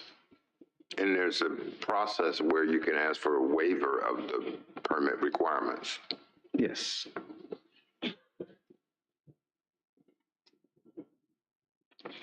But we don't have any acreage size in anybody wanting to do this. No. was the other one that didn't go through. That was correct. That's, the acreage consideration was in the standards for the special events facilities because you were concerned that you didn't want someone who had a particular small parcel to be able to do a It was wedding. 200 acre, 200 versus 150 and other things. So Well, that was rural. right. Rural retreat, different. On this one, we're all set though. Any other questions? So you don't think there should be I mean, somebody comes in with a 5-acre parcel and wants to do 400 people. So they have to go through a review process. Right. And you get the ultimate approval. Okay. So if you don't want to do it, you say, first you'll get a recommendation from staff, your fire and EMS, your sheriff, the health department. And so if someone came in and there were some red flags, those agencies would have a comment on it and pass on that recommendation. So what does the waiver process look like? 49.11, waiver of permit requirements. Page 7. I see it, but so the county fair for their fair could come in for a waiver for all of this? They could ask, yes.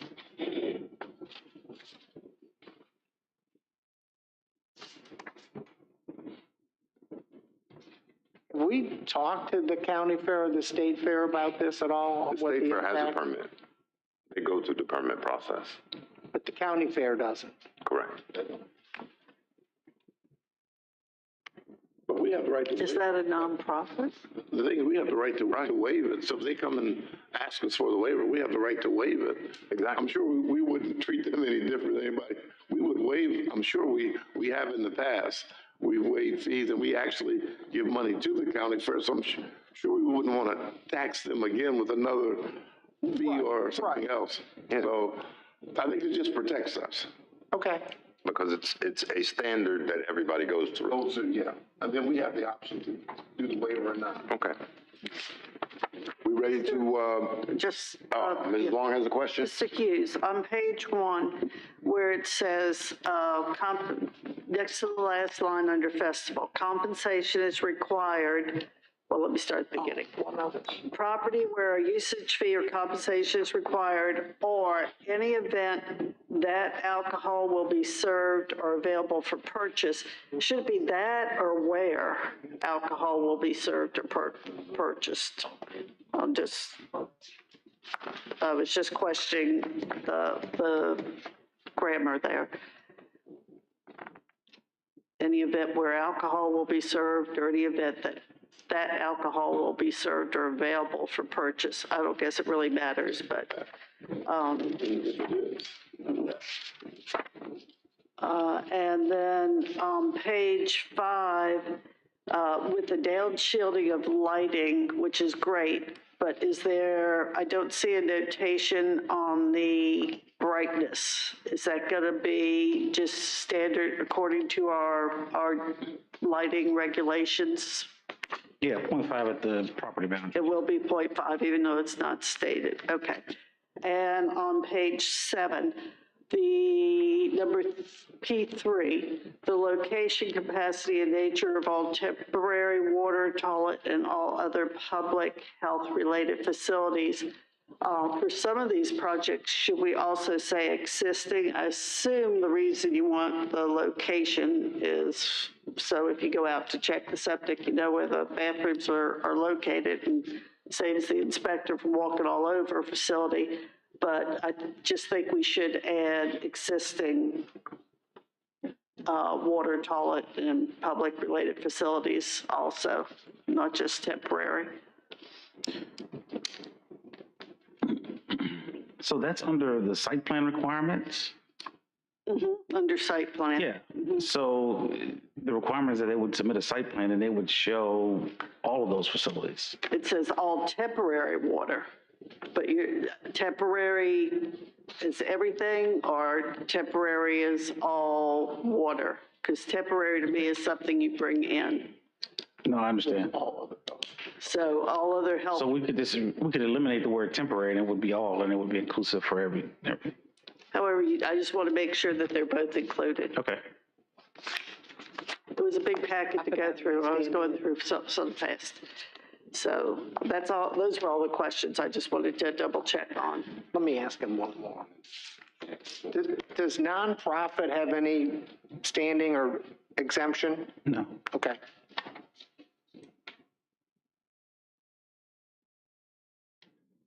And again, the board has the right, based on this proposed change, to waive any requirement in the process. You have the right to waive any of the requirements, and you have a right to deny the permit. Correct. All right, do we want to move this to public hearing? Is there a motion to do so? So moved, Mr. Chairman. Second. All right, Mr. Underwood makes the motion, Mr. Black makes the second. All those in favor say aye. Aye. Those opposed, nay. The motion carries unanimously. Agenda item number 4. I had asked the board, I think Mr. Cully sent out an email to the board members to pick 3 roads or 3 projects that they thought anywhere in the county, so we could kind of give the Transportation Committee something to focus on. Mr. Black sent them in.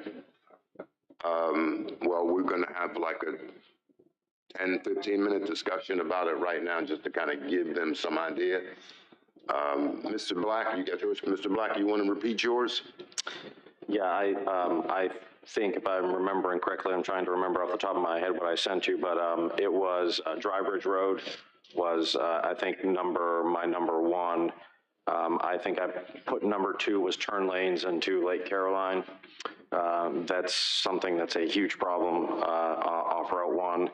And then my number 3 was the Page Road. I mean, tonight there was another accident there. And then I put a long-term, I put a couple of things that were caveats long-term. We're gonna have to do something about that bridge going over 95. I mean, it's just can't remain, we're finishing up the project on Ladysmith Road, and the bridge is gonna have to be widened as well. So, I mean, we're gonna have to look at that. And I think with that discussion, you know, something that's much more simple is we're gonna have to sit down for next year and talk about how we want our major intersections to look. And that's part of this too, because I just don't see coming off of I-95 when you get home when we have crabgrass and weeds flowing off the curb into the streets in Ladysmith. And it's already starting on the new construction area. Like, I know Public Works was not happy about having to do it before, but we have to have that discussion too, because the state can't keep up with it. And we said we were gonna be on a state contract this year, and we went the whole year, and now the mowing season's pretty much over, and it still looks bad, and it's not welcome. I think it looks terrible, and it should be an easy fix. So I think we need to have that discussion. And then finally, the last thing is we're gonna have to figure out a way to put on the agenda. I brought it from my meeting last night in Fredericksburg. It failed by 1 vote last year. This public, basically right here, Regional Transportation Authority. There's one to our north, there's one to our south, and we're kind of the donut hole, and where there's no Regional Transportation Authority. And I think with the state is going to be wanting to look for localities to figure out a way to raise money. And since it failed by 1 vote, I don't know what's going to happen this year. And GWRC last night, we were talking about, you know, some of the localities like Stafford and Fredericksburg, and even Spotsylvania, I think to a certain extent, they were looking at, hey, do we go ahead and put something into the General Assembly about what a regional transportation authority would look like rather than it being imposed on us? Because if it's imposed on us, we have no choice. But the bottom line with this, and I know it's kind of going off a little bit, but we need to figure out a way, if the state is going to require us to come up with more money for road projects, we're going to have to figure out a way to get that money for road projects. So that's all I have. Thank you. All right, we're gonna have a little discussion once we do those. Mrs. Long, you said you had 3? Yes, well, I'm gonna take off, sorry, I'm gonna take off Page Road because Mr. Black are. No, tell us what your 3 are, so Okay. we can see who's. Page Road, Route 1. The big one for me is 301 and 17 through Port Royal. They're sending all the traffic from Maryland down, and on weekends, it's horrible down there. And we need to figure out how we're going to move that traffic because it's just getting worse. There were several bad truck accidents on 301 between the town and Bowling Green last year also because of all the truck traffic. So I think that is my most, other than Page Road, that's the big one for me. Also, as far as the Transportation Committee, the Mayor of Port Royal would like a seat at the table since this project is being recommended, so I'll throw that out to be. Okay. All right, and then my other one would be turning lanes for Gateway Road. The traffic there is getting worse, and with all the traffic on Route 1 sitting there waiting to turn in can be a little hairy. And there's no reason VDOT can't do that because there's empty road field on one side of that road. So we should be able to get turn lanes fairly easy.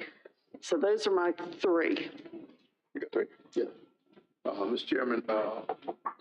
Chairman, first, Ruther Glen Road and 207, where the trucks are coming in, I think we're gonna have to do something there. We've got an exorbitant amount of traffic there, for sure. I think we need to take a look at that. I think we should have been able to make that right turn on Ruther Glen right off 207, rather than going down to the light, particularly now we have the fire station on Carmel Church Loop. It's gonna create, we need to take a look at that. You mean Ruther Glen Road as it comes out at the Exxon station? At the Exxon 207, right. Yeah, That's a problem. That's a problem.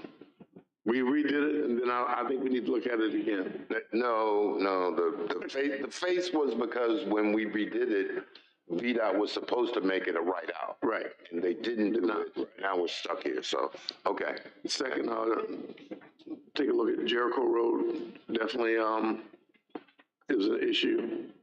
As traffic grows on that road, it's definitely a problem. And then with the new warehouse on Carmel Church Loop, definitely take a look at that. That's Ruther Glen Road. No, yeah, that's Carmel Church Road. Yeah. Okay, Carmel Church Road. Glen goes one way and the loop goes all the way around. Yeah. Okay. Because you got McKesson there, you got trucks coming in, and you have the warehouse trucks coming in. Now you got the fire department there. You got the two truck stops. Okay. So those are my three, Mr. Chairman. Thank you, sir. Thank you. The first one is shoulders on Sparta Road and ditches. I mean, it is okay. A nonstop. The next one is the 301 decel to the landfill that we've talked about. And the third one for me is Sparta Road 721 going into 630, where I've had 11 accidents in the last 8 months. And Waze is taking people through there. They don't realize it's not straight through. It's a jog to the left. Oh, you mean at Central Point? Central Point. Oh, okay. I mean, I can't tell you how many people have been in the field, it's just gotten to the point of just ridiculous. They've done many, many things there, and I don't know that any of those are going to resolve anything. I kind of grew up down there, so I know. Mr. Forehand, do you have a? Hang on one second, Mr. Chair. Mr. Seeley, could you repeat that route number for the second road you mentioned? It's Route 630. 630, okay. 721 and 630. It's basically right in front of Central St. Stephen's Baptist Church. Yep. Yeah, did you say something? Oh, I was just joking in that it would be nice if we could take our side streets and secondary streets in Caroline off of Waze, because they do the same thing to Woodford Road. Oh. They send cars down all those back roads. Mr. Forehand? Are we just doing in our district, or? I mean, I looked at the whole county, so. Because I thought that Dry Bridge Road, with the development that's going on there, and the issues would be at the top of at least Mr. Underwood's list. Okay, so you got to add another one to your area. Anyway, He didn't say Drawbridge Road is a concern. The turn lanes for Lake Caroline, at least coming north, the Pedro intersection, those are my top three in the county, only ones in my district. I also have a handful of others, some of which are maintenance things, such as. Can you give me those three again? You got Drawbridge Road, Lake Caroline Turn Lane, and I didn't get the last one. And Page Road or Route 1. That's already on there. If you haven't done it, what you want to put on. Yeah. No, the more we have on there, the more they'll have to look at. We'll be able to say 3 people thought this was important. But I also have smaller projects, such as, thinning out some trees in some certain areas. In front of the Waffle House, there's a fence, a VDOT fence that is completely overgrown and looks terrible. It's looked terrible for years, and if they could. The Waffle House at Carmel Church? Carmel Church. Yeah, 95, okay. And it actually. Like the bottom of that. In front of the Quality Inn, Waffle House, Post Office, that fencing that comes along with that frontage area. My phone's dying, shoot.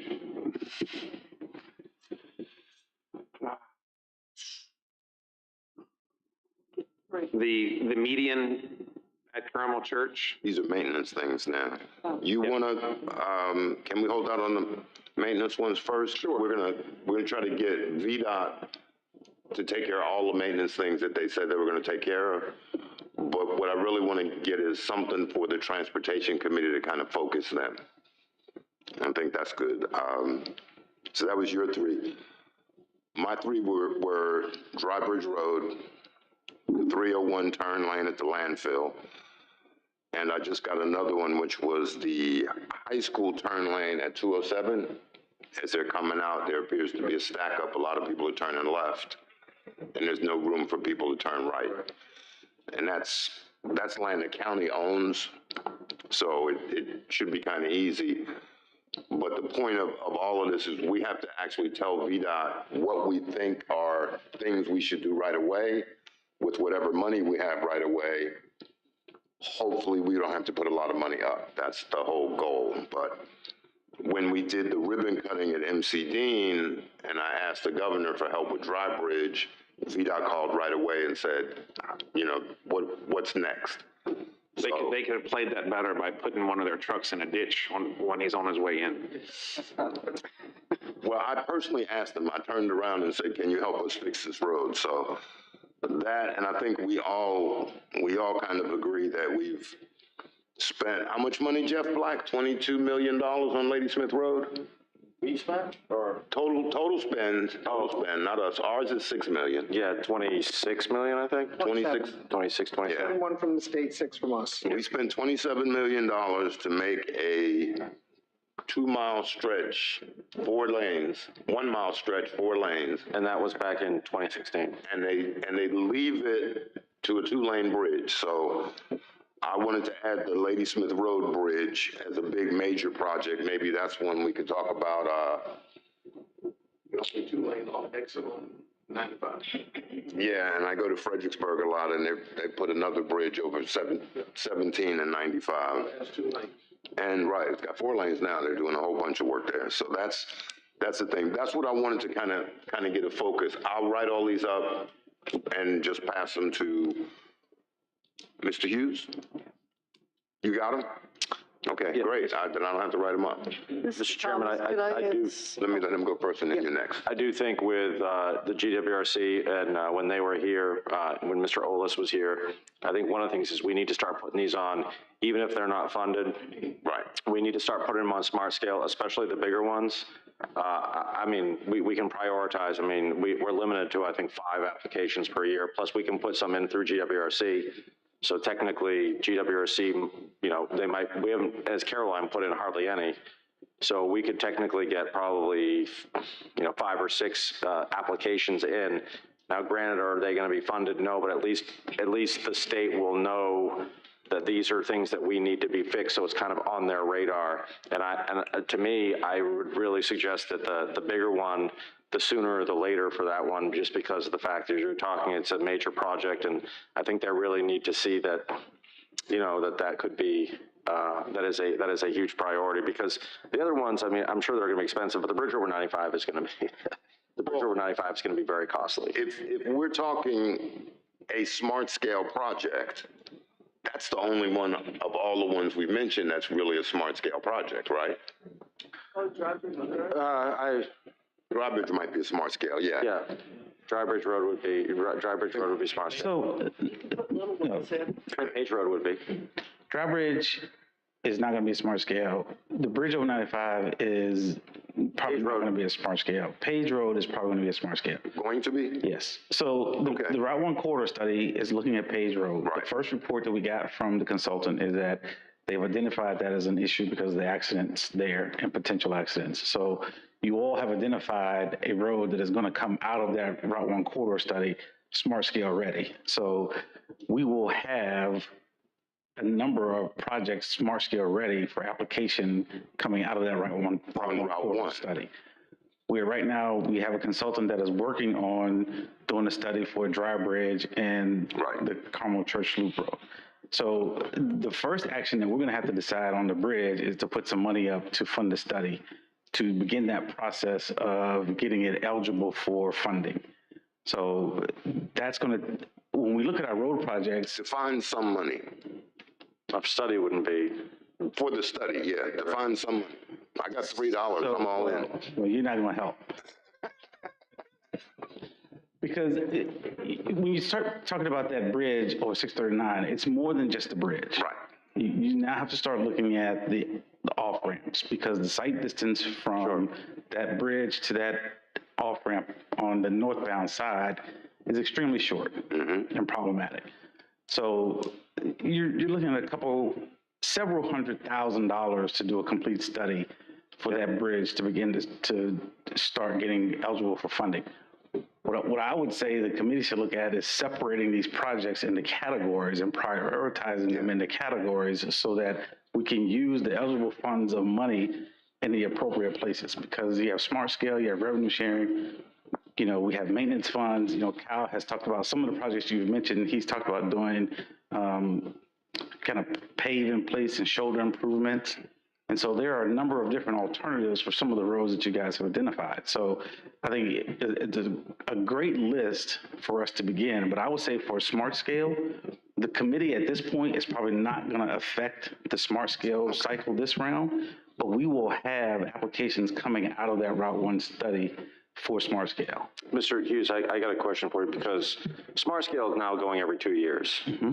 So are we going to be able to get applications in time for this smart scale? Because I think the applications are due. They are due soon, and that's why I said that the projects that come out of the Route 1 corridor study will be smart scale ready.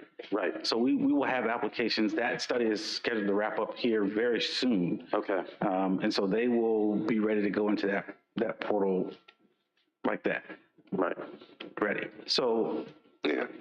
So we don't have to pay for it. VDOT's probably going to do all the ones on Route 1 because they're doing the study and they'll say, this is what we need to do, just like they did the study on 301 and then picked which roads to close or which.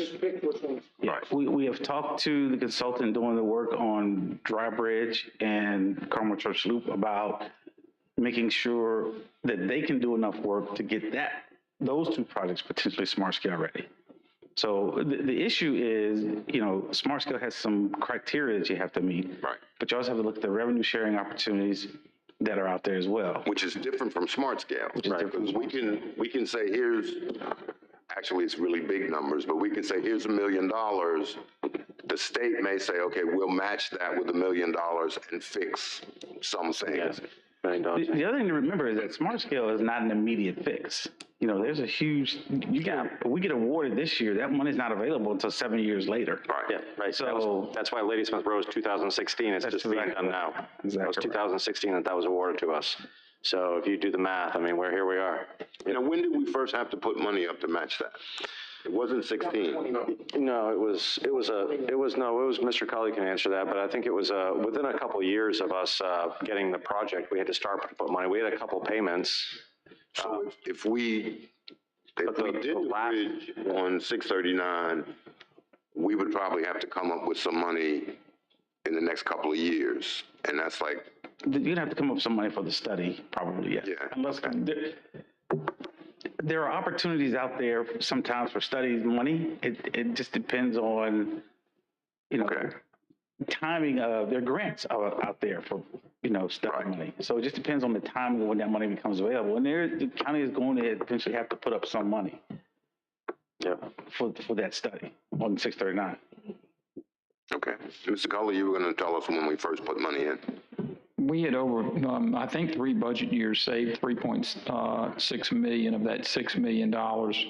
And then when they started right-of-way acquisition, I think was when the schedule, when we had to make our first payment, which we had money in the bank to make. It was the final payment, we borrowed that 2.4. Yeah. As I think they were going out to bid, before this, when we had owed the final. So we were able to save in a few budget years, enough to pay the initial design and then right-of-way acquisition. I think it was 2 payments and then that final. All right, and maybe those are some things, Mr. Hughes, I take it you in the planning department are probably going to take the lead with the transportation committee to, make sure you get that. And one of the first things you can do is, once you get all these things together, you can come back and say, this is, going to cost X million dollars or X dollars for a study. That's going to cost X million dollars to fix and things like that. So, yeah, and that's essentially the role of the Transportation Committee is to do all the legwork and then essentially present to the board the options that, for the board to decide on. Okay. And I would say we have some really good people who have agreed to be on the Transportation Committee. And if you all have any other slots, I mean, we're going to add the mayor of Port Royal. I haven't added one yet. Yeah, I don't have and we don't have a member from Western Carolina. And I know you guys as staff put together requirements and said who's going to be on a number of people and couldn't be the same as a supervisor, but some of that we're going to say, okay. I don't know if you did it or Mr. Parton. Honestly, you can blame Mr. Parton, that's fine. The makeup of that committee, to me, is more important to have people who understand the process and understand transportation. Right. So, Do we know who from the Planning Commission has volunteered? No. Okay. But we're still going to get a planning commission person, and I think did you appoint somebody or you did? Okay. You did. I appointed somebody from Mr. Forehand's district, so. I have not. Okay. So we'll take a few more people until you tell us it's too many and it's unwieldy, and we'll go from there. But I just wanted to have the board have a little short discussion about things like that, kind of give you an idea of where we're looking for things. And there may be roads that we mentioned that are easy fixes. Well, what I would say to the 2 board members who've agreed to serve on this committee, we'd like to have a meeting of this committee, if possible, early December, so we can start before the next year and get formulated and get all of the nuts and bolts out of the way. And you and Clay? Mr. Forehand, it was Mr. And you volunteered to be on the committee. Yeah, you and Mr. Forehand. We could have 2. Okay. Yeah. Okay. Mr. Chair, I make a suggestion. I mean, the other thing too is with that committee, like working close with the GWRC and Mr. Olis.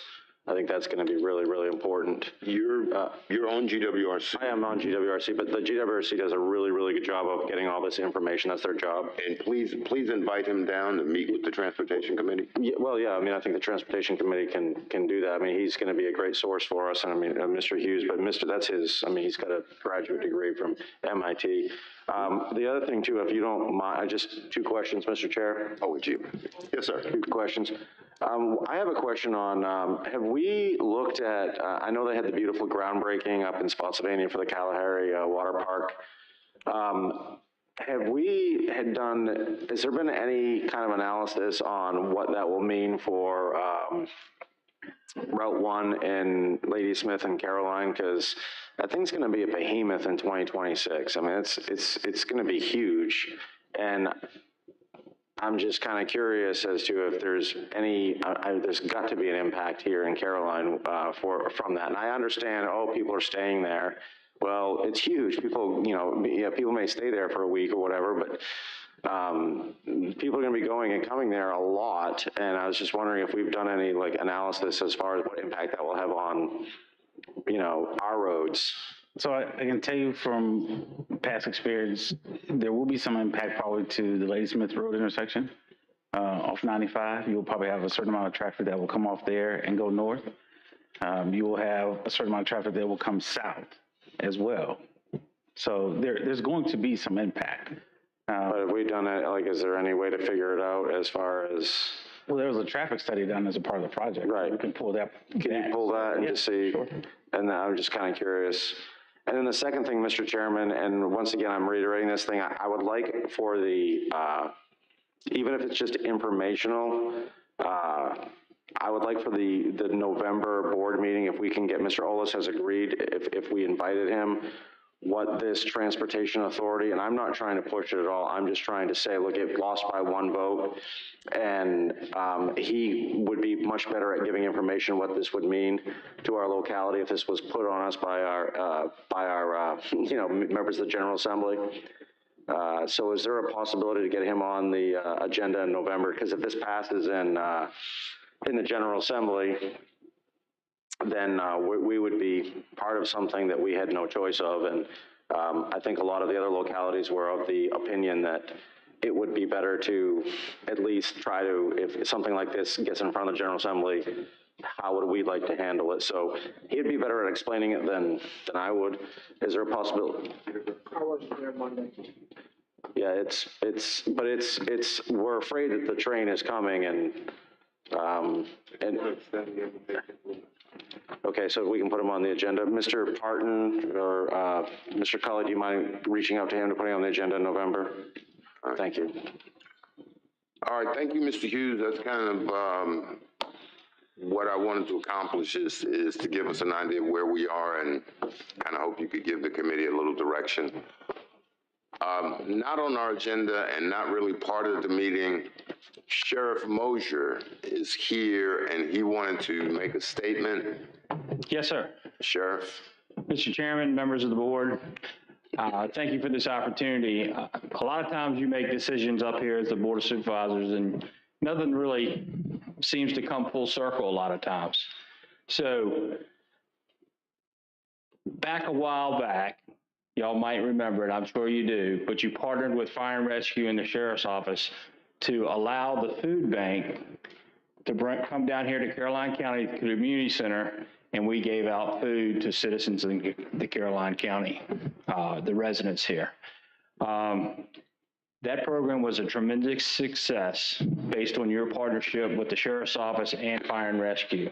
I have a certificate of excellence in community outreach for each member of the Board of Supervisors for their effort. It says, in recognition of hard work, dedication, and commitment to the citizens of Caroline County by the Caroline County Board of Supervisors, Caroline County Fire and Rescue, and the Sheriff's Office.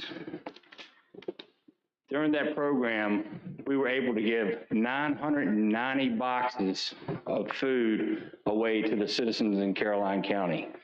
That just shows the impact that it had on our citizens and the ones that are in need for food that some of us take it granted for, to be honestly.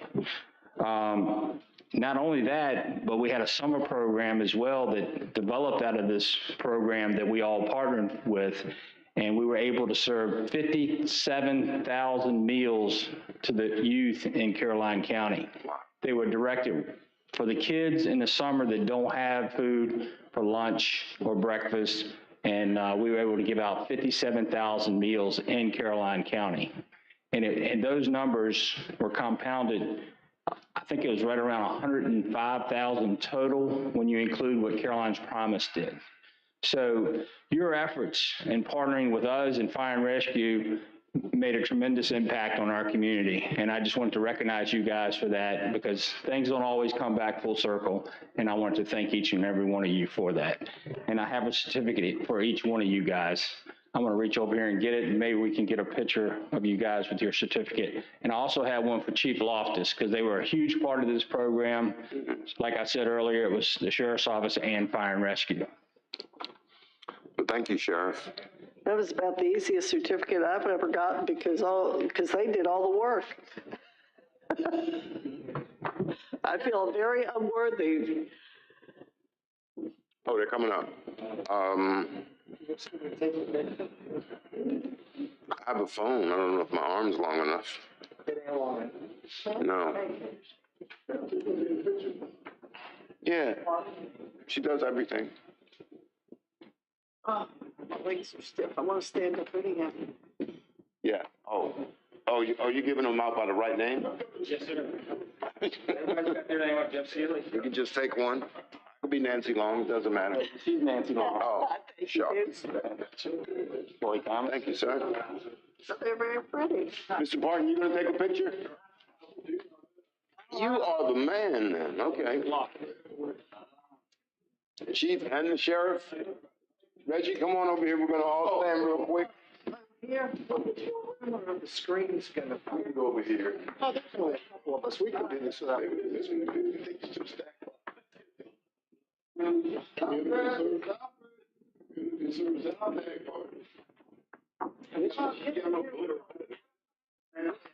We'll try.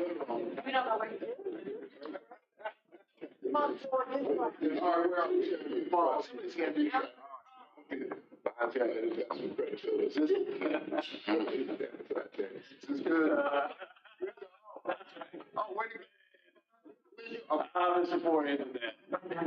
It's credibility. Let me right up front.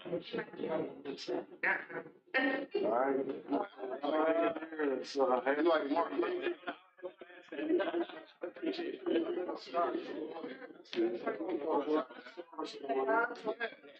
That's good. Thank you very much. Thank you, Jeff. All right. More comments? No, I'll just let it go. We'll.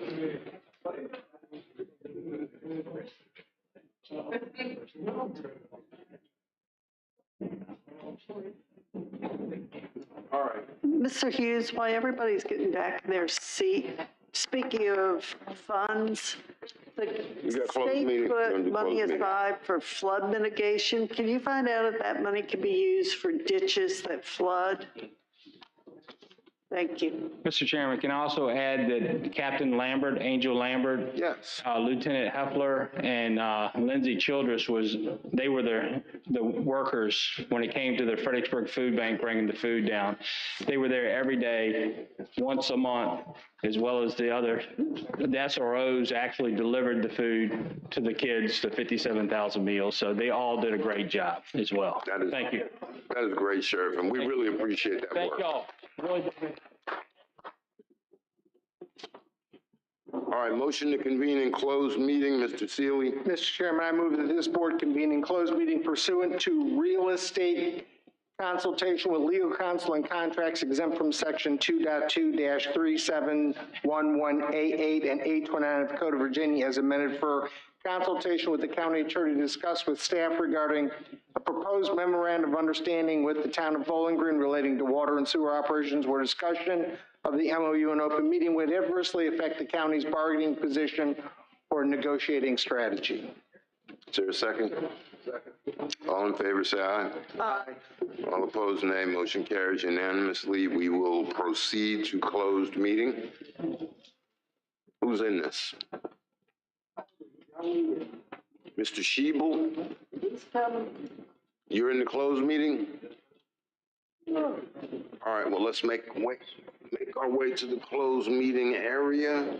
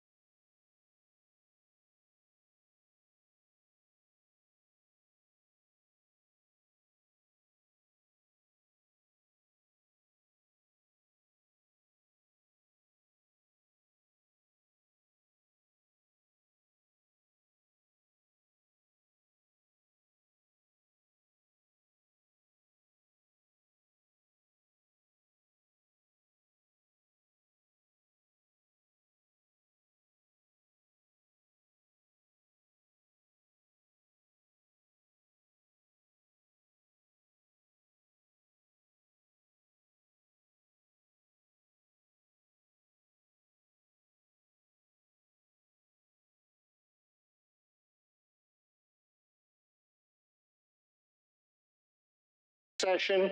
I move that the Caroline County Board of Supervisors certifies to the best of each board member's knowledge only public business matters lawfully exempt from the opening meeting requirement by Virginia law were discussed in closed meeting, to which the certification applies only such business matters as were identified in the motion convened in closed meeting were heard, discussed, or considered by the board. I need a second. Second. Seconded by Mr. Black. All in favor? Aye. Mr. Thomas, you do the certification.